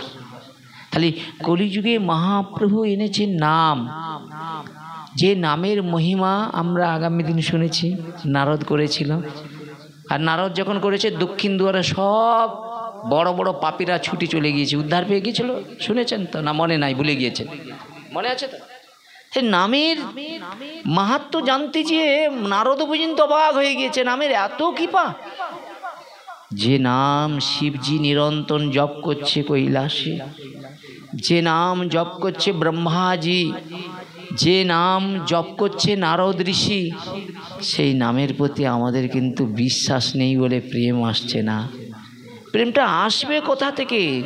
যখন নামের প্রতি পূর্ণরূপে বিশ্বাস এসে যাবে, ভালোবাসা এসে যাবে। সেই জায়গায় দাঁড়িয়ে মাধবেন্দ্রপুরী দর্শন করলেন, যে গোপাল পরমানন্দে সেই সব খেতে শুরু করেছে ক্ষুধার জ্বালায়, এবং গোপালের হস্তস্পর্শে সেইগুলো আবার পুনরায় যেমন ছিল তেমন হয়ে যাচ্ছে। কি অপূর্ব ভগবানের মহিমা! এই সমস্ত মাধবেন্দ্রপুরী দর্শন করলেন, এবং আবাল বৃদ্ধ সকলকে ভোজন করালেন। ডেকে ডেকে, আসো তোমরা সবাই ভগবানের প্রসাদ গ্রহণ করবো। প্রসাদ গেলে কি হয়? বলে প্রসাদ প্রসাদ প্রসাদ কহে, প্রসাদ সহজ নয়, জানিয়া শুনিয়া প্রসাদ পাইলে ব্রজধাম গতি লাভ হয়। প্রসাদের এমন মহিমা। গোপাল প্রকট হইয়াছে এই সংবাদ চারিদিকে প্রচারিত হলেন। নানা বিভিন্ন জন, বড় বড় ব্যক্তিরা, যাদের বড় সুন্দর হৃদয়, তারা বিভিন্ন দ্রব্য কী করলেন না প্রত্যহ পাঠাতে শুরু করলেন। আর সেই বস্তু দিয়ে মহোৎসব হচ্ছে রোজের ন্যায়, কিন্তু অভাব পড়ছে না। আচ্ছা বলুন তো, ভগবানের জন্য খরচ করলে অভাব থাকে? কে বলে? আমার মাথায় দিয়ে আমরা সত্যি কথা মনে মনে চিন্তা করি যে ভগবানের খরচ করে বলি হাই দেনা হয়ে গিয়েছে। কি বলে না অনেকে? সত্যি কি ভগবানের খরচ করলে দেনা হয়ে যায়? আমার তো মনে হয় যারা বলে সত্যি তারা ভগবানের সেবায় জানে না। 1 টাকা না থাকলেও ভগবানের সেবা করায় যে যদি মনটা তার থাকে, যে অনুষ্ঠান আমার নয়, অনুষ্ঠানটা কার? ভগবানের। আর ভগবান অর্থ ঠিক পৌঁছে দিবে, অনুষ্ঠান ঠিক পরমানন্দ হয়ে যাবে। 1 টাকা থাকবে না, স্বর্গ জয় হয়ে যাবে।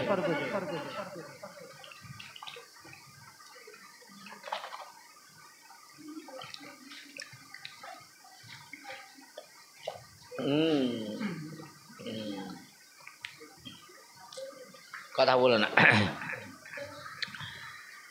এইভাবে কি করলেন? একজন মহাধনী, ধনী মানে এই অর্থের ধনী নয়, বড় মনশুদ্ধ আছে, সেই মহাধনী গোপালের মন্দির বানিয়ে দিলেন। এমন তার মানসিকতা, ভগবানের মন্দিরটা বানিয়ে দিলেন। বুঝেছ?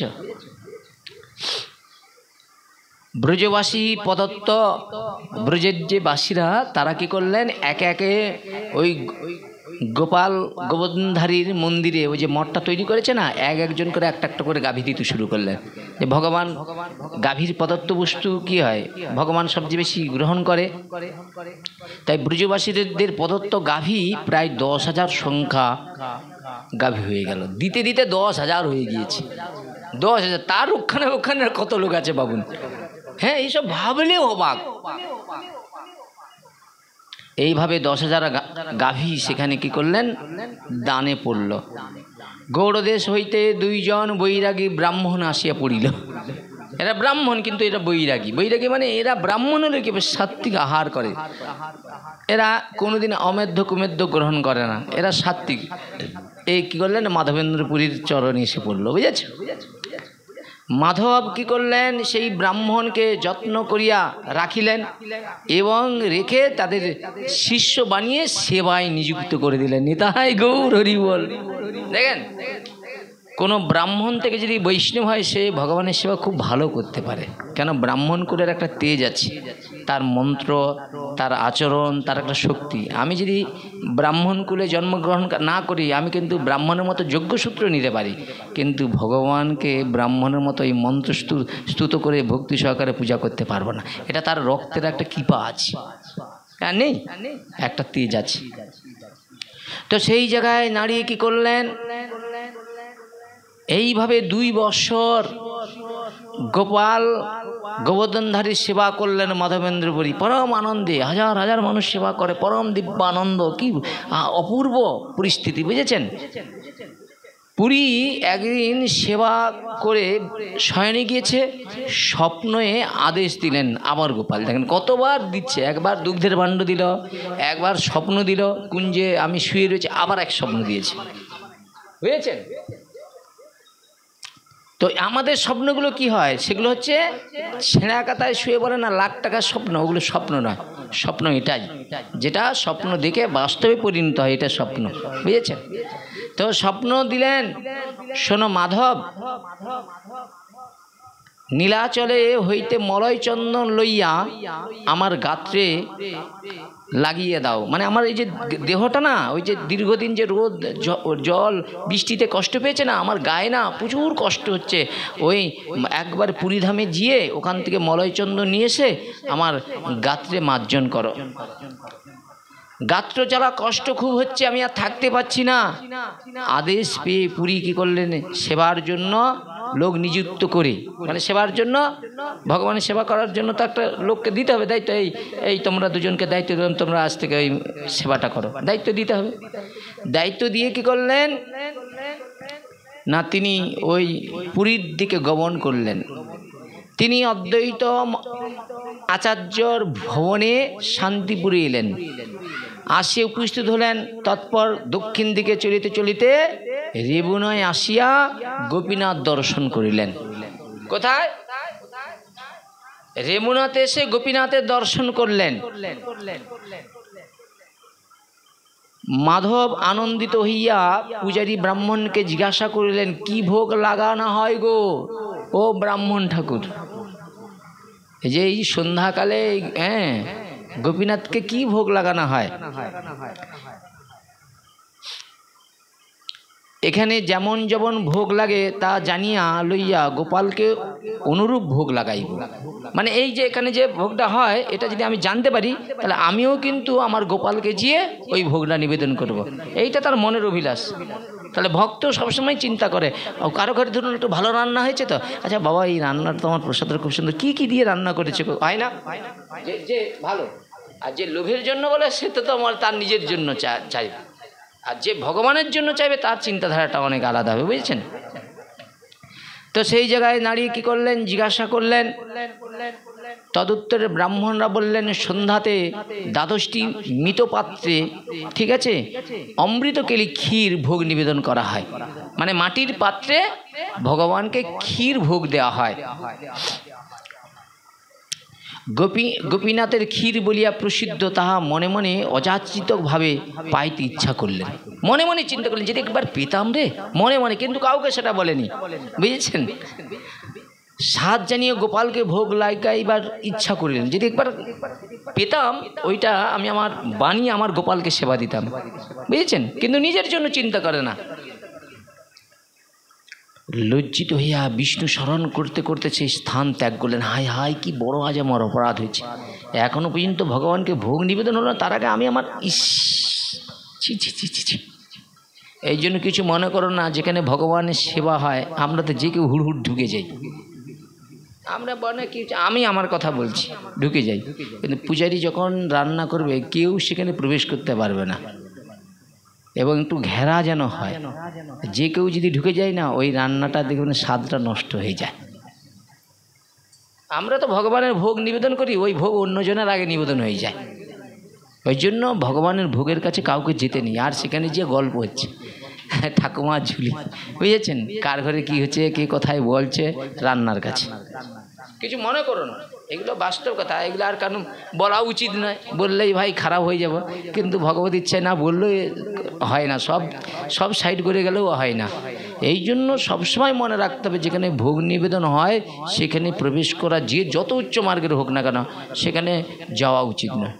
এবং যিনি রান্না করবে তারও চিত্তবৃত্তিতে এইরকম প্রবণতা থাকবে যে এই সময়টা যেন আমি ভগবানের স্মরণ করতে করতে রান্নাটা করতে পারি। ওই সময় রান্না করলো, হঠাৎ একটা ফোন এসে গেল, তো তোমার চিত্তটা ওই ফোনের দিকে চলে, রান্নাটা কি আর থাকবে গো বাবা, ওই রান্নাই চলে গেল, বুঝেছ? এই জন্য আমি এই যে ব্রাহ্মণ ঘর আছে না, আমাদের নিকাশি যে ব্রাহ্মণ ঘর, ওই ব্রাহ্মণের সঙ্গে আমি মধ্যপ্রদেশে গিয়েছিলাম। তো ওদের সবাইয়ের কি করেছে জানো তো, জন্ডিস হয়ে গিয়েছে। তো মন্দিরটা রয়েছে, এখন মন্দির খোলার দায়িত্ব সেদিন আমার, বুঝেছ? এখন অত বড় মন্দির, আমি তো দেখে কায়স্থ ছেলে, তো মানে দেখেই শিক্ষা বেশি, এমনি তো পেটে কিছু নেই, বুঝেছে? আর মন্দিরে যেতাম, সবাই জানতো আমি পণ্ডিতের ছোটো ভাই, মানে ওই পণ্ডিতজির কা ছোটা ভাইয়া হয়। তুমি কন হো? পণ্ডিতজির কা ছোটা ভাই? বলে হ্যাঁ, সবাই এইটাই জানতো, ঠিক আছে? তো এখন সে জায়গায় দাঁড়িয়ে মন্দিরে এখন কি করেছে, এই মহাপাপ থেকে আমার জীবনে সবচেয়ে বড় ক্ষতি হয়েছে। এটা আপনাদের বলি, না বলা উচিত নয়। কখনো যোগ্যসূত্র না থাকলে ভগবানের সেবা করতে নেই, আর কখনো ভগবানের সেবা করতে গেলে আগে পূর্ণ ভক্তিকে আশ্রয় করতে হবে, বুঝেছে? আমাদের তো এখন সবাই যে কেউ ভগবানের সেবা করতে এখন ছুটে। আমার জীবনে ওই পাপটা আমাকে কিরকম খেয়েছে দেখো। এখন ওই মন্দিরের দায়িত্ব দিয়েছে, সেই মন্দিরে যে টাকা দিয়েছে, বহু টাকার মানে মন্দির করে দিয়েছে, সে কোটি কোটি টাকা তাদের মালিক। তার ভাইয়ের নামে একটা মন্দির করেছে, শনি মন্দির, এই পাশে কালী, এই পাশে শনির মন্দির। দেখলে ভয় লাগবে, ওরা যেখানে পূজা করে, যাবে একদিন মিথ্যা মন্দিরটা দিকে আসবে, কি বড় মন্দির। এই যে হ্যাঁ, ওরা দুই ভাই থাকে না, ছোট ভাই আর বড় ভাই, ঠিক আছে, হ্যাঁ ওই মধ্যপ্রদেশে। তো ওই মন্দিরে ওই নিত্য সেবা হতো, প্রত্যেক দিন ভোগ নিবেদন হতো, প্রসাদ মানে পেত, সব ভক্তরা এসে পেত, হাতে হাতে দেওয়া হতো, দেখতাম। এখন ওদের ওই কারণে কি হয়েছে না, সেবার দায়িত্বটা আমাকে দিয়েছে। আমি শুধু ঠাকুরকে ঢুকে আমাকে বলে, এই তুমি কোনো ছোটো ভাই জানো বলে, এই পূজা চড়া দো। আমি তো শুধু বলি ঠাকুর কী করবো, যদি না বলে ফেলি তাহলে ব্রাহ্মণ ঘরে এলে পূজা জানেনি, তাহলে কীরকম ব্রাহ্মণ। বিপাককে আমি বুদ্ধি খাটে কী করবো, যে মাকে বলি মা তুমি রক্ষা করো। দিয়েই কী করলো, আমাকে প্রথমেই এইরকম এই ব্যাগ মিষ্টি ফল টল করে বলে পণ্ডিতজিকে নিয়ে, মানে ব্রাহ্মণের জন্য। তো আমি ব্রাহ্মণের জন্য আগে কেন, লোক তো আগে দেবতার জন্য আগে দেখ, ব্রাহ্মণের জন্য আগে কেন। পরে জানলাম, কিছু মনে করো না, বলে ব্রাহ্মণের দৃষ্টি খুব খারাপ। বিশ্বাস করো, এটা একবারে সত্য। তুমি ধরো কোনো জিনিসটা দিয়ে দিয়েছো, ও যদি একটু দৃষ্টি ফেলে দেয় না, ওই জিনিসটা আর ভগবানের কাছে তার আগে তার হয়ে যাবে। এই জন্য ওরা কি করে, আগে ব্রাহ্মণকে খুশি করার চেষ্টা করে। ব্রাহ্মণ যাতে এই যে জিনিসটা দিয়েছে এটা দেখার পরে ও সন্তুষ্ট হওয়ার পরে তারপরে ওরা প্রসাদের জন্য এইটুকু একটা দিবে। ওরা পূজা দিবে 10 গ্রাম মাখা, আর ব্রাহ্মণকে দিবে ধরো 500 মাখা, ফল টুল করে। ব্রাহ্মণের জন্য 500 টাকার বাজার, নিজের জন্য 50 টাকার মাখা। আর আমাদের কিছু মনে করো না, আমাদের ঘরে যখন কোনো কিছু অনুষ্ঠান আদি হয়, ধরুন তাদের একটা যেন মকা লেগে যায়, এতগুলো চাল, এতগুলো এটা, এতগুলো সেটা, আমি মানছি, হ্যাঁ দিতে হবে, তা নাহলে তার চলবি কেটে যজমান। কিন্তু তুমি তো নিয়ে আসার সময় সব গনে গনে নিলে, আমার বাবা কেমন করে আত্মকল্যাণ হবে সেটা তো তুমি একবার দেখিয়ে দিলে না গো। আমার বাবাকে তুমি যে সাধ্যক্রিয়াটা করেছো আমার বাবার কল্যাণের জন্য, তুমি কি বলছো, জুতা পরা যাবে না, দাড়ি কাটা যাবে না, স্ত্রী সঙ্গ করা যাবে না, সব কথা মেনে তো আমি চলেছি। কিন্তু তুমি যে আমায় উপদেশ করলে, সেই উপদেশে তুমি একটা কথা মেনে আমাকে উপদেশ দিচ্ছ তো।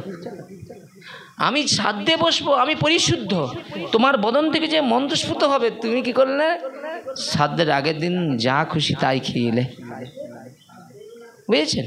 বা তোমার সাধ্য দিনে যে তোমার সাধ্য করতে আসবে সেদিনও খেয়ে আসতেছি, ও মানে আগের দিন রাত্রেবেলা খেয়েছে, সকালবেলা সেটা বাসি রয়েছে, সেটাও খেয়ে দিয়ে আসতে হবে, বুঝেছেন? কিন্তু এখনও বলছি এরকম সাত্বিকও তো আছে যারা অপরের কল্যাণে যেগুলো করেই না, বুঝেছ? তাহলে দেখুন, এটা কাউকে মানে উপেক্ষা করে না, বাস্তব। তুমি দেখুন পুরোহিত কিসের জন্য, যজমানের কল্যাণের জন্য। তাহলে তুমি কি করলেন, সব কিছু করলেন, সাধ্য টাধ্য করলেন, কিন্তু মহাপ্রভুর বংশ জন্মগ্রহণ করেছে। ব্রাহ্মণ কার বংশ জন্ম? মহাপ্রভু। তো মহাপ্রভু কলিযুগে কি বলছে, অসমের যুগ গোমের যুগ সন্ন্যাস পিতামাতার সাধ্যতে মাছ মাংস নিষেধ, দেওয়ারকে দিয়ে সন্তান পুত্রের নিষেধ। তাহলে আমি মহাপ্রভু বংশ ধরে আমি সে কথা মানবো না, বুড়ো আঙুল দেখাবো? এবার কি করলো, বলে তোর বাবা তো মাছ খেতে ভালোবাসতো, তো ওই পেট সাধ্য ছাড়া মিশানো সাধ্য করা যাবে না। পাড়া প্রতিবেশী বলে, না তুমি যদি ওই পেট সাধ্য না করো তোমার ওই আমরা কাজে লাগবো না। আমি ভাবি, মানুষ কারো ঘরে মারা যায়, আবার কারো তার সাধ্যেতে মাছ খাবে বলে ঝগড়া করে, এই কীরকম জগতে আছে। আবার সবচেয়ে বড় কথা, ভগবানের নিত্য ধরুন প্রসাদ পাচ্ছে তো। কালকে যদি ধরুন 7 দিনেরা এখানে প্রসাদ পেলো, তো কালকে যদি হয় পাশের ঘরে বলে শীতল নিয়ে আসবো, ওরা আকাশ সেখানেও ছুটবে, সব ছুটবে, কেন? সেটাও প্রসাদ, ওটা প্রসাদ, ওটা ভোগ, ওটা ইন্দ্র চরিতার্থ করার জন্য আমরা করছি। কিন্তু মানুষের তো বিবেক শূন্য হয়ে গিয়েছে। এরকম বোতলকেও না মাথায় ঠেকেও খাওয়া যায়। এরা বলে এটাও ভগবানকে দিয়ে খাওয়া যায়, কালী পূজায় দেয় না? সে কালী পূজায় দিবে কি, কালী পূজায় এমন খেয়েছে তাকে ঠিলিয়ে গেছে, সে তার ঘটে জল দেয়নি, পালিয়েছে। এইখানে ঘন্টা কথা বলছি। তাহলে দেখুন এগুলো কি, দেখেন এগুলোর দ্বারা, শুনুন এগুলোর দ্বারাই মানুষের কল্যাণের চেয়ে কল্যাণের চেয়ে ক্ষতি হয়ে যাচ্ছে। মা দেখো, দেখুন তোমাকেও তো মনে করতে হবে যে ভগবান দেব দিচ্ছ না। দেখুন আমাদেরকে কেউ নিন্দা করতে পারে, আমাদেরকে নিয়ে চাংলামি করতে পারে, কিন্তু দেখো দেবদেবী একটা পূজার জিনিস। বাচ্চারা কত কষ্ট করে পূজা করলো, সারা রাত জেগে আছে, তার পূজাটা একটু ভক্তি থাকবে না? হ্যাঁ, এটা কিছু থাকবে না? এত কষ্ট করলো, এত রাত্রি জাগলো, সব কিছু করলো, পূজাটা যা রাত্রি হবে সেটাও ভালো হবে না? সেটাও আজকে অবস্থা খারাপ। কারণ শাস্ত্রে ভাগবতে বলা আছে, স্থান কাল ব্যক্তিগত সব কলুষিত হয়ে যাবে। বাইরের আমাকে দেখতে সাধু মনে হয়, ভিতরে আমার এত মোহ, শুধু লিয়ায় আর লিয়ায়। বাইরে বলছি নধনং, সে বলছে ধন্যায়, কানি করে দেবো দরকার পাহাড় পর্বত সব, কিচ্ছু নয়, সব কপটটা তাই ভরে যাবে। এই শাস্ত্রে লেখা হয়েছে, তার মধ্যে দিয়েও তোমাকে চলতে হবে। যদি তোর ডাক শুনে কেউ না আসে রে, একলা চলো রে। তোমার মনের মতো তুমি কাউকে পাবে না। পাবে ওই মানুষটা যদি বলে দেখো আমি শখের সাথে একটু পাঠ কীর্তন করি, যা হোক, যে ডাকে আমার মতো লোককে যাই না, আমার কোনো দাবি টাবি নেই, দাবি নেই মানে বেকার ফাত ফেলটালো, এর কোনো মূল্য নাই, বুঝছো? তো সেই জায়গায় দাঁড়িয়ে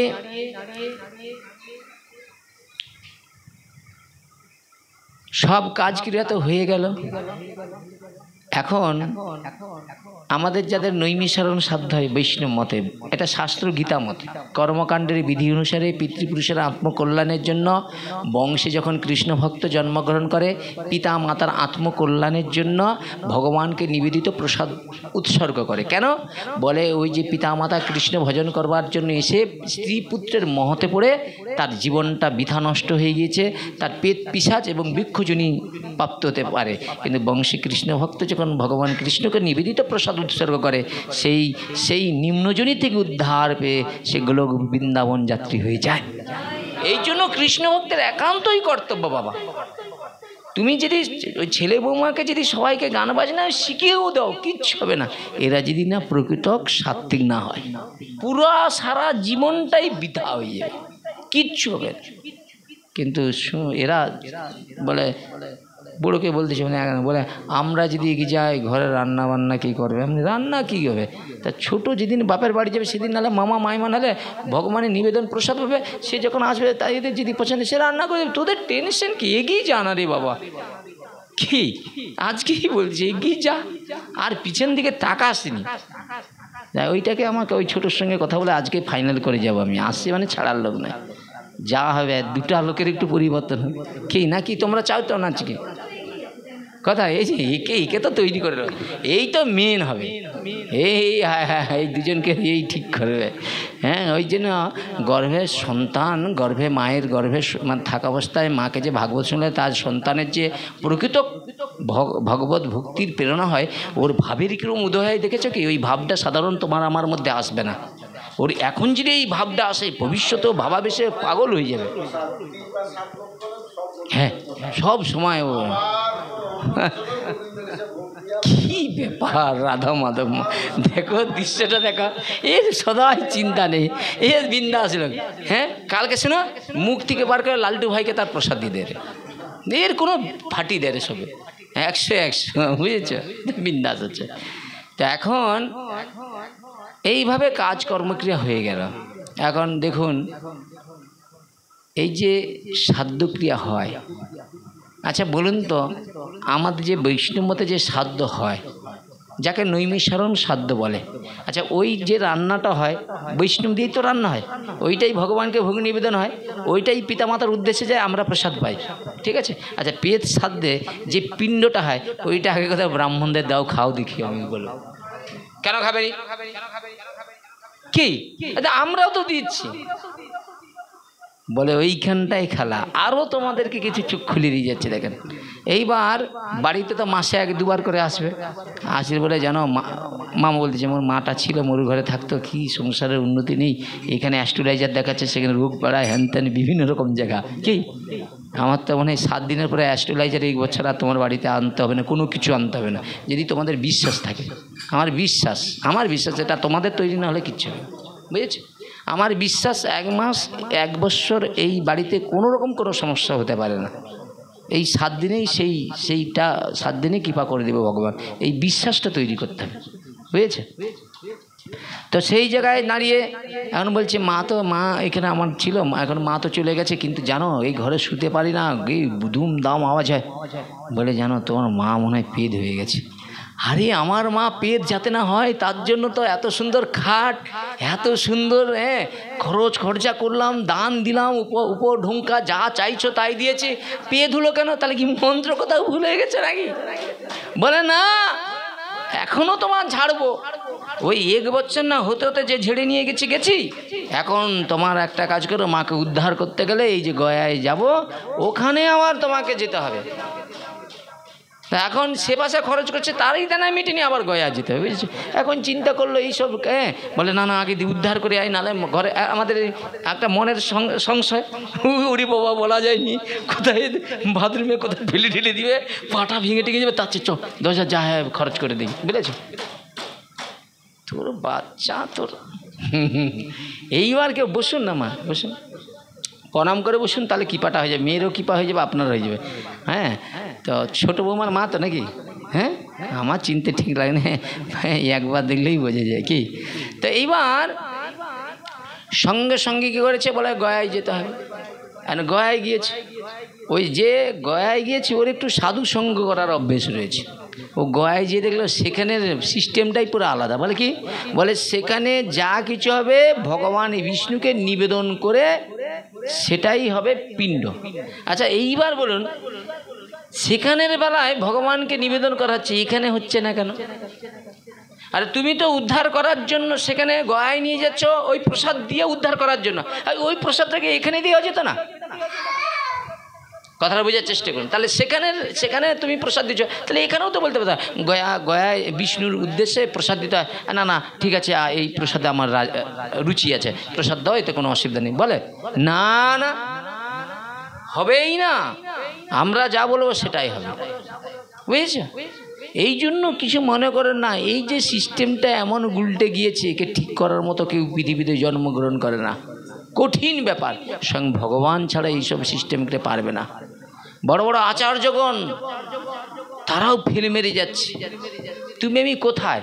এইখানে এতজন আছি, তো এই এতজনের মধ্যে কতগুলো সম্প্রদায় আছে তার হিসাব নেই। সে বলে একাদশী এই দিন, সে বলে ওই দিন, এই সারা জীবন একাদশী দিয়ে গণ্ডগোল। কথা বলছি, এই যে সমস্যাগুলো, এই সমাধান কোথায়?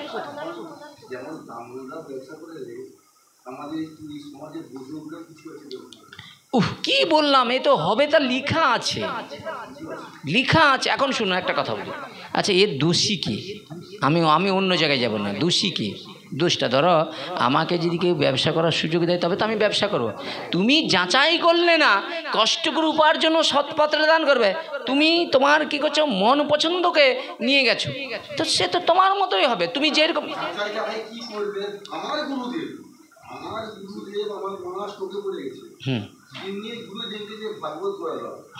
না বলুক না, বলুক। হ্যাঁ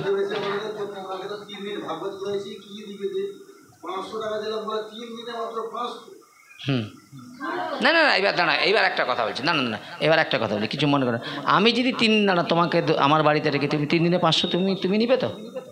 তোমার ভুলটা তুমি দেখছো না কেন? দাঁড়া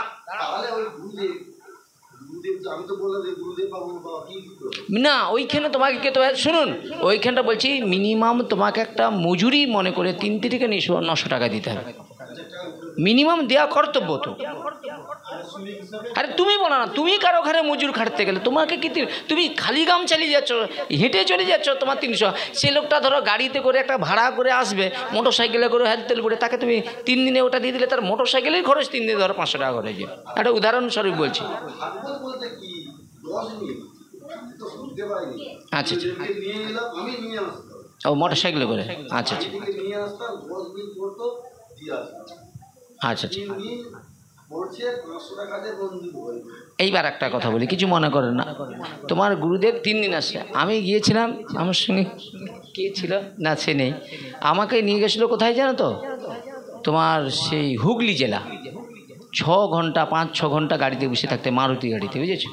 সে চলে গেছি কোথায়, এবার সকালবেলা গেছি, সন্ধ্যায় সেখানে পাঠ হচ্ছে, এবার পাঠ করে সেই গৃহেতে, তারপরের দিন আমরা ওখান থেকে আরেকটা গৃহেতে গেছি, সেখান থেকে খাওয়া দাওয়া করে এবার তারপরে রিটার্ন নিয়েছি। আবার তারপর দিন আসি সন্ধ্যা 6টায়। যেই বাড়িতে আমরা পাঠ করেছি সেই বাড়িতে আমাকে দক্ষিণেশ্বরে 50 টাকা দিয়েছি। তো বড় কী হয়েছে, ক্ষতিটা কোথায় হয়েছে? কথাটা বলছি দেখুন, মেনে নেওয়া, দেখেন এই যে মেনে নেওয়ার ব্যাপারটা, আমি একটা কথা, এই মন থেকে মেনে নেওয়াটাও কঠিন, সবাই পারবে। এই যে ওই দাদা আমার সঙ্গে এই কিছুদিন আগে একটা ঘটনা ঘটছে, নিজে দেখছে, উনি নিজেই বলছে, বলে তোমার কপালে দুঃখ আসবে না, কার কপালে দুঃখ আসবে? তুমি জানো দাদা, একটা কথা বলি, তোমার যেমন এই কথাটা, তদ্রূপ কেউ যদি তোমার হয়ে যদি আরেকটু বেশি লুজ করতে চায় না, পাবলিকও তাকে একেবারে লুজে ছেড়ে দিবে। এক বাড়িতে তুমি যেমন ওই কথাটা বলছো, এই কিছুদিন আগে এক বাড়িতে 3 দিন ভাগবত করলাম। আমি কালকে ঘটনাটা শুনে বিবেক বাজলো, ছাতিতে ওই আঘাত লাগলো কিরকম দেখুন। 3 দিন ভাগবত, আমাকে বললো একটু ভাগবত করে দেবে 3 দিন। আমি বলি ঠিক আছে যাব। আমি তো ওই বাড়ি বলে জানি না, গেলাম। আমি বলি কীর্তন, বলে তুমি ঠিক করে দাও। ওই শিপ্রাকে আর ওই যে আসছিল, ওই নাম বলো বুধা, ওরা 2 জন গেছে। 3 দিন কীর্তন করছে, সব কিছু। ভাগবতের শেষে আমার তো দাবি নেই, আমাকে 1000 টাকা দিচ্ছে। এবার আমি কীর্তন দলকে কি দিব? আমার কথা ছাড়ো, 3 দিনে 1000 টাকা কীর্তন দলকে দেওয়া যায়? বুঝেছ? কিছু মনে করো না, না চাইলেও শোনো, মানে ওই যে বলা যায় মানুষের বিবেকও নাই তো। কেন দাবেনি বলো?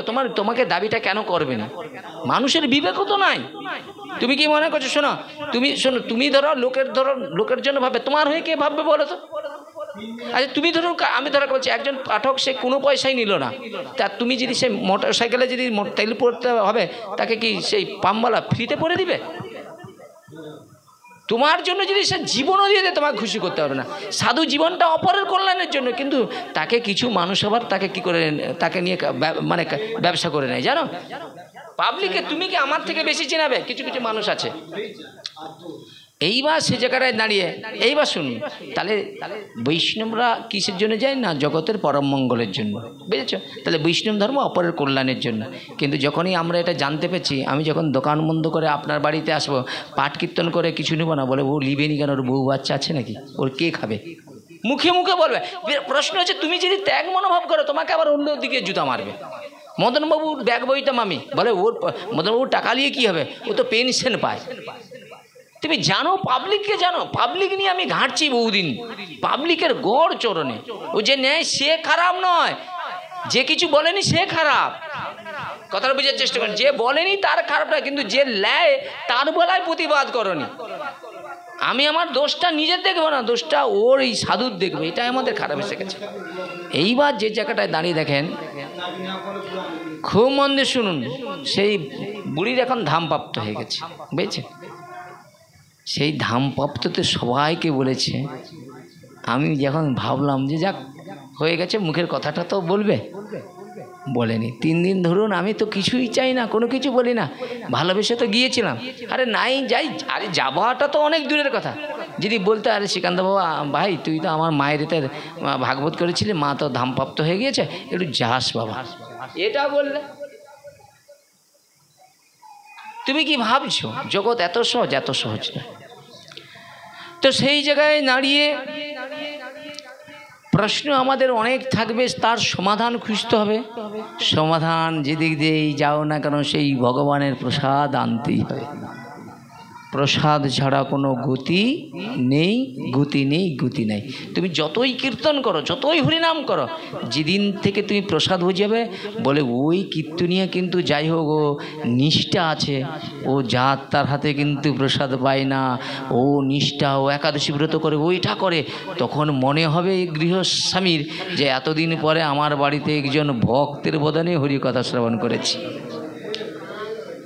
বুঝেছেন? নাহলে কেলের কীর্তন হয়ে যাবে, ছুঁচার কীর্তন হয়ে যাবে, হরিনাম সংকীর্তন আর হলো না, শোনা হলো না। নিষ্ঠা থাকতে হবে, নিষ্ঠা। সেই জায়গায় দাঁড়িয়ে এইবার যদি হয়, গয়ায় পিণ্ডদান করলে যদি পিতামাতা উদ্ধার পেয়ে যায়, তাহলে গোকর্ণ উপাখ্যানে, গোকর্ণ তো ধুন্ধুকারীর জন্য তার মায়ের জন্য সাধ্য করে এলো রে ভাই, গয়ায় যে পিণ্ডদান করে এলো। তার বেলায় কেন সেই পেদ বলল, আমার নাম ধরে 100বারও যদি গয়ায় পিণ্ডদান করো, তবু আমার উদ্ধার হবে না। নিতাই গৌর হরি বল। ভাবুন তো কেন? এইখানটাই জানতে হবে রহস্য, বুঝেছ?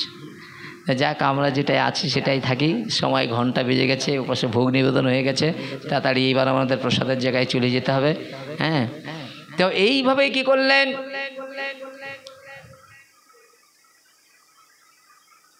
না সেই ক্ষীর আস্বাদন করবার মানসিকতা জাগলো মাধবেন্দ্র পুরী। কিন্তু এখন ভগবানকে ভোগ নিবেদনের পূর্বে যদি কারো মনে ইচ্ছা জেগে যায়, এটা ঠিক? এইটা নিয়েই তো আমরা ওইদিকে বাইরে বেরিয়ে গেছি। কি কেন কেন ওই পুরোহিতকে আগে সন্তুষ্ট করতে হয়? বলে পুরোহিত যিনি ভগবানের সেবা করবে তাকে কত বড় সেবা ত্যাগী হতে হয়, বুঝেছ? কত ভাবনা। দেখেন এই ভগবানের জন্য রান্না করেছে, তো ওই রান্না করতে করতে যদি তোমার মনের মধ্যে কোনো ভাব এসে যায় না, বাস ওইটা ভগবান গ্রহণ করবে। তো সেই জায়গায় দাঁড়িয়ে কি করলেন না, নিজে লজ্জিত হয়ে ভগবান বিষ্ণু স্মরণ করতে করতে সেই স্থান ত্যাগ করে নিলেন। পুরীপাত অযাচক বৃত্তি পাইলে খায় আর নচেত উপবাস থাকে। কি করে? যদি পায় খায় আর নচেত উপবাসকে মনে করে, কিন্তু গ্রহণ করে না, বুঝেছ? তো সেই জায়গায় দাঁড়িয়ে এখানে সুইচ আছে, এখানে উঠে সুইচটা বন্ধ করে দাও। তো সেই জায়গায় দাঁড়িয়ে কি করলেন, নিজে অপরাধী চিন্তা করে তথা হইতে কি করলেন, সেই গ্রামের একটা শূন্য হাট রয়েছে। শূন্য হাট মানে বোঝেন? শূন্য হাট বোঝেন? যেখানে জনশূন্য, বুঝেছেন? সেইরকম একটা জায়গায় বসে মাধবেন্দ্র পুরী কি করলেন না, ভগবানের মহিমা কীর্তন শুরু করলেন। ভগবানের মহিমা পরম আনন্দে কীর্তন করছে। এইদিকে কি করলেন,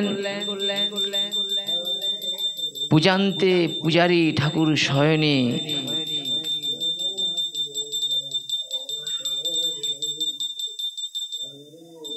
ভগবানের শয়ন, পূজার পরে ভগবানকে শয়ন দিতে হয় না?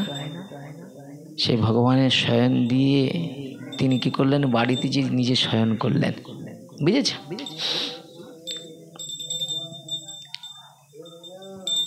তখন পূজারী স্বপ্নে গোপীনাথকে দর্শন করলেন।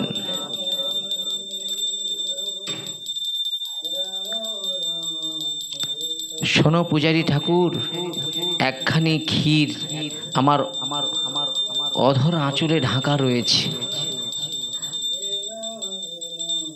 তোমরা আমার মায়া তা জানিতে পারো নাই। আমি মায়ার দ্বারাই যে ওই ভাঁড়টা চুরি করে রেখেছি তোমরা কেউ জানতে পারো না। এই ক্ষীর লইয়া হাটেতে মাধবেন্দ্র পুরীকে দিয়ে এসো। এই ভাণ্ডটা যে ক্ষীরটা রয়েছে না, ওটা মাধবেন্দ্র পুরীকে দিয়ে এসো। স্বয়ং গোপীনাথ সেই পুরোহিতকে দর্শন দান করলেন, বুঝেছেন?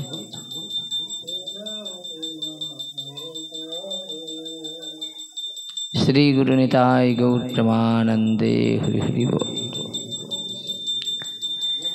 তো সেই জায়গায় দাঁড়িয়ে কি করলেন, ভগবান উপদেশ করলেন পূজারী ঠাকুরকে, যাও এই ক্ষীর মাধবেন্দ্র পুরীকে দিয়ে এসো।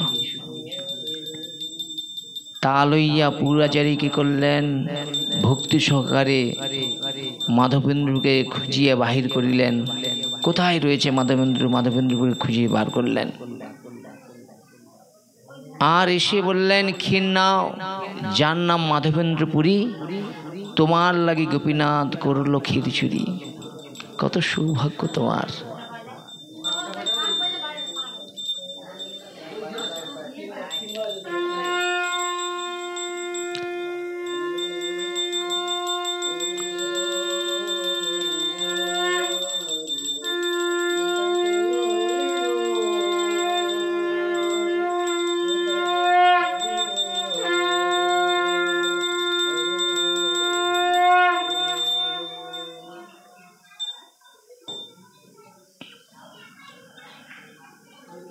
निताय गौर प्रेमानंदे हरि। भक्तवत्सल भगवान की निताय गौर प्रेमानंदे हरि बोल। এইভাবে কি করলেন, সেই পুরোহিত বললেন, ক্ষীর লাও, যার নাম মাধবেন্দ্র পুরী, তোমার লাগি গোপীনাথ করল ক্ষীর চুরি। ক্ষীর দিয়ে পূজারী কি করলেন, পুরীকে দণ্ডবত প্রণাম করলেন। ক্ষীরের বৃত্তান্ত বললেন, জানো ভগবানকে শয়ন দিয়ে আমি শয়নে গিয়েছি, স্বয়ং গোপীনাথ আমায় কি করেছে, স্বপ্নে আদেশ করেছে। তিনি তার অধর ধরায় একটা ক্ষীর পাত্র তোমার জন্য লুকিয়ে রেখেছে। তুমি কত বড় মহান ভগবানের ভক্ত, তোমার জন্য স্বয়ং ভগবান ক্ষীর চুরি করে ক্ষীর চোরা নাম গ্রহণ করলেন, চোর হয়ে গেল। দেখেন নামটা ক্ষীর চোরা গোপীনাথ। ভক্তের জন্য চোরও নামটা নিতে পারে ভগবান, কি নাই পারে। দেখেন কার মতো, এইরকম মাধবেন্দ্রপুরীর মতো ভক্ত। আমরা তো ভক্ত শব্দটাই যদি কেউ আমার মধ্যে লাগায় তাহলে তার ভুল হয়ে যাবে। ভক্ত হতে পারি না। ভক্ত মানে কি? ভগবানের সঙ্গে সম্বন্ধ, ভগবানের সুখের জন্য কর্মক্রিয়ার নাম হলো ভক্তি। ভগবানকে স্মরণ অনুশীলনের নাম হলো ভক্তি। সেটা করতে পারে, সব বিষয় বৈভব নিয়ে ডুবে রয়েছে, বুঝেছে? তো মাধবেন্দ্রপুরীর জন্য কি করলেন? সেই ক্ষীর ভাণ্ড দিয়ে মাধবেন্দ্রপুরীকে বৃত্তান্ত বললেন যে স্বয়ং গোপীনাথ তোমার জন্য ক্ষীর চুরি করে নিয়েছে। পুরী এই ক্ষীর ভক্ষণ করিয়া পাত্র প্রক্ষালন করিয়া কি করলেন না, খণ্ড খণ্ড করিয়া বৈরবাসে রাখিলেন। মানে ক্ষীরটা খেয়েছে, মাটির পাত্র আবার ভাঙছে, ধুয়ে ভাঙছে, ভেঙে আবার তার কি করেছে, বৈরবাস মানে একটা ব্যাগ টাইপের রয়েছে তার মধ্যে রেখেছে। বলে কেন? বলে পুত্র হয় একখানি করে খণ্ড ভক্ষণ করে, হ্যাঁ, খাইলে সে প্রেমাবিষ্ট হবে। মানে ক্ষীরের যে প্রেমটা সেটা তো সবসময় পাও না, ওই প্রেম হবে। কিন্তু আমাদের যেদিন প্রসাদ পাই, প্রসাদের যখন ভালো হয় মনে হয় এই পাতাটা নিয়ে যাই, যখনই ইচ্ছা একবার করে চিটে খাবো। হয় নাই, হয়েছে। এইভাবে কি করলেন? ঠাকুর আমাকে ক্ষীর প্রদান করিয়াছে, জানিতে পারিলে পাছে লোক ভিড় হইবে। ভগবান যে আমাকে ক্ষীর দিয়েছে এ কথা যে জানবে, সঙ্গে সঙ্গেই তার সকাল হলেই আমার কাছে লোক কাড়ি হবে, বুঝেছ? সেই ভয়ে সেখান থেকে গোপীনাথকে দণ্ডবত প্রণাম করে নীলাচলের দিকে তিনি রওনা নিলেন। তাহলে বলুন, আমরা যেটা পাওয়ার আশাকাঙ্ক্ষা করি, কিন্তু প্রকৃত ভক্ত সেটা পাওয়ার আশা ছিঁড়ে চলে যায়। নাম যশ প্রতিষ্ঠার পিছনে আমরা ছুটছি, আর প্রকৃত যাতে না নাম যশ প্রতিষ্ঠায় পড়ে যায় সেই রাতেই ওখান থেকে চলে যাচ্ছে। ভাবুন তো কোনটা ঠিক আর কোনটা বেঠিক। সেটা ঠিক, আমারটা বেঠিক, বুঝেছ? তো সেই জায়গায় দাঁড়িয়ে কি করলেন? মাধবেন্দ্রপুরে আসিয়া জানিতে পারলেন বহু লোক আসিয়া ভিড় করবে। মাধবেন্দ্রপুরীর জন্য যে ক্ষীর চুরি করছে, বহুজন এসে ভিড় করবে। আর যখন ভিড় করবে, যিনি প্রতিষ্ঠা বাঞ্ছা না করিয়া সৎকার্য করেন তাহার সম্বন্ধে প্রতিষ্ঠা তার কি হবে, মানে তার ভজনটাকে কি করবে, মুছে পরিষ্কার করে দিবে না। দেখবেন কারো ভিতরে যদি একবার অহংকার এসে যায় তার আর ভজন সাধন থাকবে? সেই কারণে সেই প্রতিষ্ঠার ভয়ে কি করলেন, ওই প্রতিষ্ঠার আকাঙ্ক্ষাকে ছুঁড়ে ফেলে দিয়ে তিনি ওখান থেকে চলে গেলেন একবারে নীলাচলে।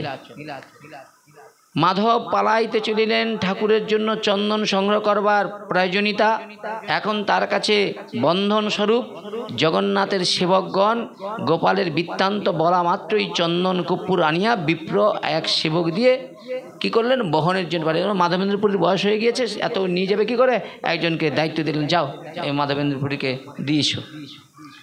মাধবেন্দ্রপুরী কি করলেন, চন্দন লইয়া ফেরার পথে পুনরায় সেই রেবুনাতে এলেন, যেখানে ভগবান স্বয়ং ক্ষীর চুরি করে মাধবেন্দ্রপুরীকে দিয়েছিলেন। পুরী সেই রাত্রে সেখানে দেবালয়ে শয়ন করিলেন। শেষ রাত্রে পুরী স্বপ্ন দেখলেন, আবার স্বপ্ন। কি স্বপ্ন দেখলেন? মাধব, কর্পূর চন্দন আমি পাইয়াছি, তুমি এখানে গোপীনাথের অঙ্গে লেপন করো। তোমাকে আর বৃন্দাবন নিয়ে আসতে পারে, ওখানেই লেপন করো, তাহাতেই আমার তাপ সব দূর হয়ে যাবে। তাহলে এইবার বলুন, ভগবান কি পৃথক? তোমার গোপাল আলাদা, তার গোপাল আলাদা? কি এ তো আমার মাথায় ঢুকেনি। গোপাল কত নাকি? এ বলে আমার গোপালে ছুঁইবে নি, কেউ যাবে ছুঁয়ে দেয় তাকে গোবর টোবর জল দিয়ে স্নান করাবে। ধরো তোমার গোপাল আমার গোপাল, তুমি বৈষ্ণব আমি বৈষ্ণব, কিন্তু এ ছুঁয়ে দিলে তার গোপালকে সে তার গোবর টোবর দিয়ে অনেক সে পরিশুদ্ধ, সে ছুঁয়ে দিচ্ছে। এগুলো ভক্তির লক্ষণ, এগুলো করে কেউ। ভগবানের কাছে কি কোনো ব্যাপার আছে? তোমার যদি মনে হয় যে তুমি তোমার গোপালকে এতই ভালোবাসো, তাহলে এখানে চড়াতে নিয়ে আসছে কেন? কেউ তো ছুঁয়ে দিতে পারে রে বাবা। কি তুমি কারো সংসারী মানুষের কাছে নিয়ে এলে, সাধু যদি সংসারের মানুষের কাছে সে তো প্রণাম করবে, এটা সংসারী মানুষের স্বভাব। তাহলে তোমাকে যে প্রকৃত প্রণাম কারো গ্রহণ করে না, সে একবার লিখে দিয়েছে চরণে হাত দিয়ে প্রণাম করবে না। তুমি লিখবে নি, আর সে চরণে হাত দিতে গেছে বলে তার নামে উল্টা পাল্টা বলবে, সেটা কি ভালো লাগবে? তা ডাইরেক্ট লিখে ঘুরো কি, এগুলো ভাবতে হবে, জানেন তো। তো সেই জায়গায় দাঁড়িয়ে সেই দেবালয়ে যখন শুয়েছেন স্বয়ং ভগবান আবার কি করলেন, স্বপ্ন দিলেন, বললেন তুমি আমার গাত্রে এই চন্দন লেপন করো, তাতেই আমার তাপ দূর হবে। ওই যে গোপাল গোবিন্দধারী যে বৃন্দাবনে রয়েছে, তিনি আবার স্বপ্ন দিয়েছে, বুঝেছেন। গোপাল না পড়িয়া গোপীনাথের চন্দন পরিবার তাৎপর্য কি, মানে গোপাল নিজে গ্রহণ করলো না, গোপীনাথকে দিতে বললো, এর তাৎপর্য তো একটা কিছু আছে। বললেন গোপালের ভূমি হলো বৃন্দাবন, রেবুনা হইতে বহুদূর, বিশেষত তথাপি বিধর্মী মেলেচ্ছগণ, তখন মুসলমান শাসন ছিল রাজ্য, বুঝেছেন, মুসলমানরা, বুঝেছেন। তার দ্বারায় শাসিত প্রদেশ অতিক্রম করিয়া যাইতে হবে, তাহাতে বহু বাধা বিঘ্ন, সুতরাং প্রিয়তম শ্রেষ্ঠ ভক্ত পুরী ঘোষের কষ্ট হবে জানিয়া ভক্তবৎসল ভগবান ভক্তের প্রেম বসে গোপালের তদভিন্ন বিগ্রহ গোপীনাথের অঙ্গে শ্রীচন্দন লেপার উপদেশ করলেন। তাই গৌর প্রমাণ। তাহলে ভগবান কি না করতে পারে ভক্তের জন্য, দেখেন কি না করে বলুন। এরপরে কি করলেন,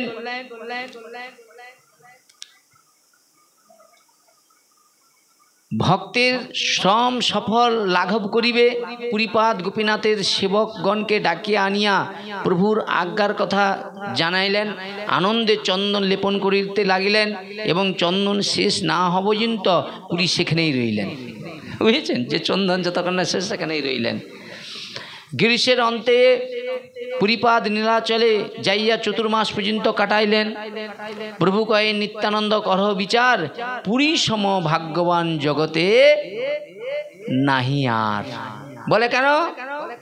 নিত্যানন্দ প্রভু বলছে, বলে পুরীর সম ভাগ্যবান এই জগতে কে আর আছে? জাল লাগে গোপীনাথ ক্ষীর কইল চুরি, অদেব তার নাম হইল ক্ষীরচোরা হরি। নিতাই গৌর প্রমানন্দের বল।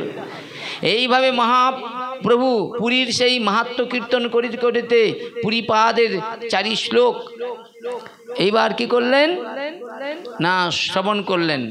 হে মথুরা বিভিন্ন রকমের কি করলেন, মহিমা কীর্তন করতে শুরু করলেন। শ্রীপাদ মহাপ্রভু সেই মাধবেন্দ্র পুরী কি করলেন, সেই মহিমা শ্রবণ করলেন। এবং এইভাবে ভগবান তার ভক্তকে কতবার কৃপা করুণা করলেন।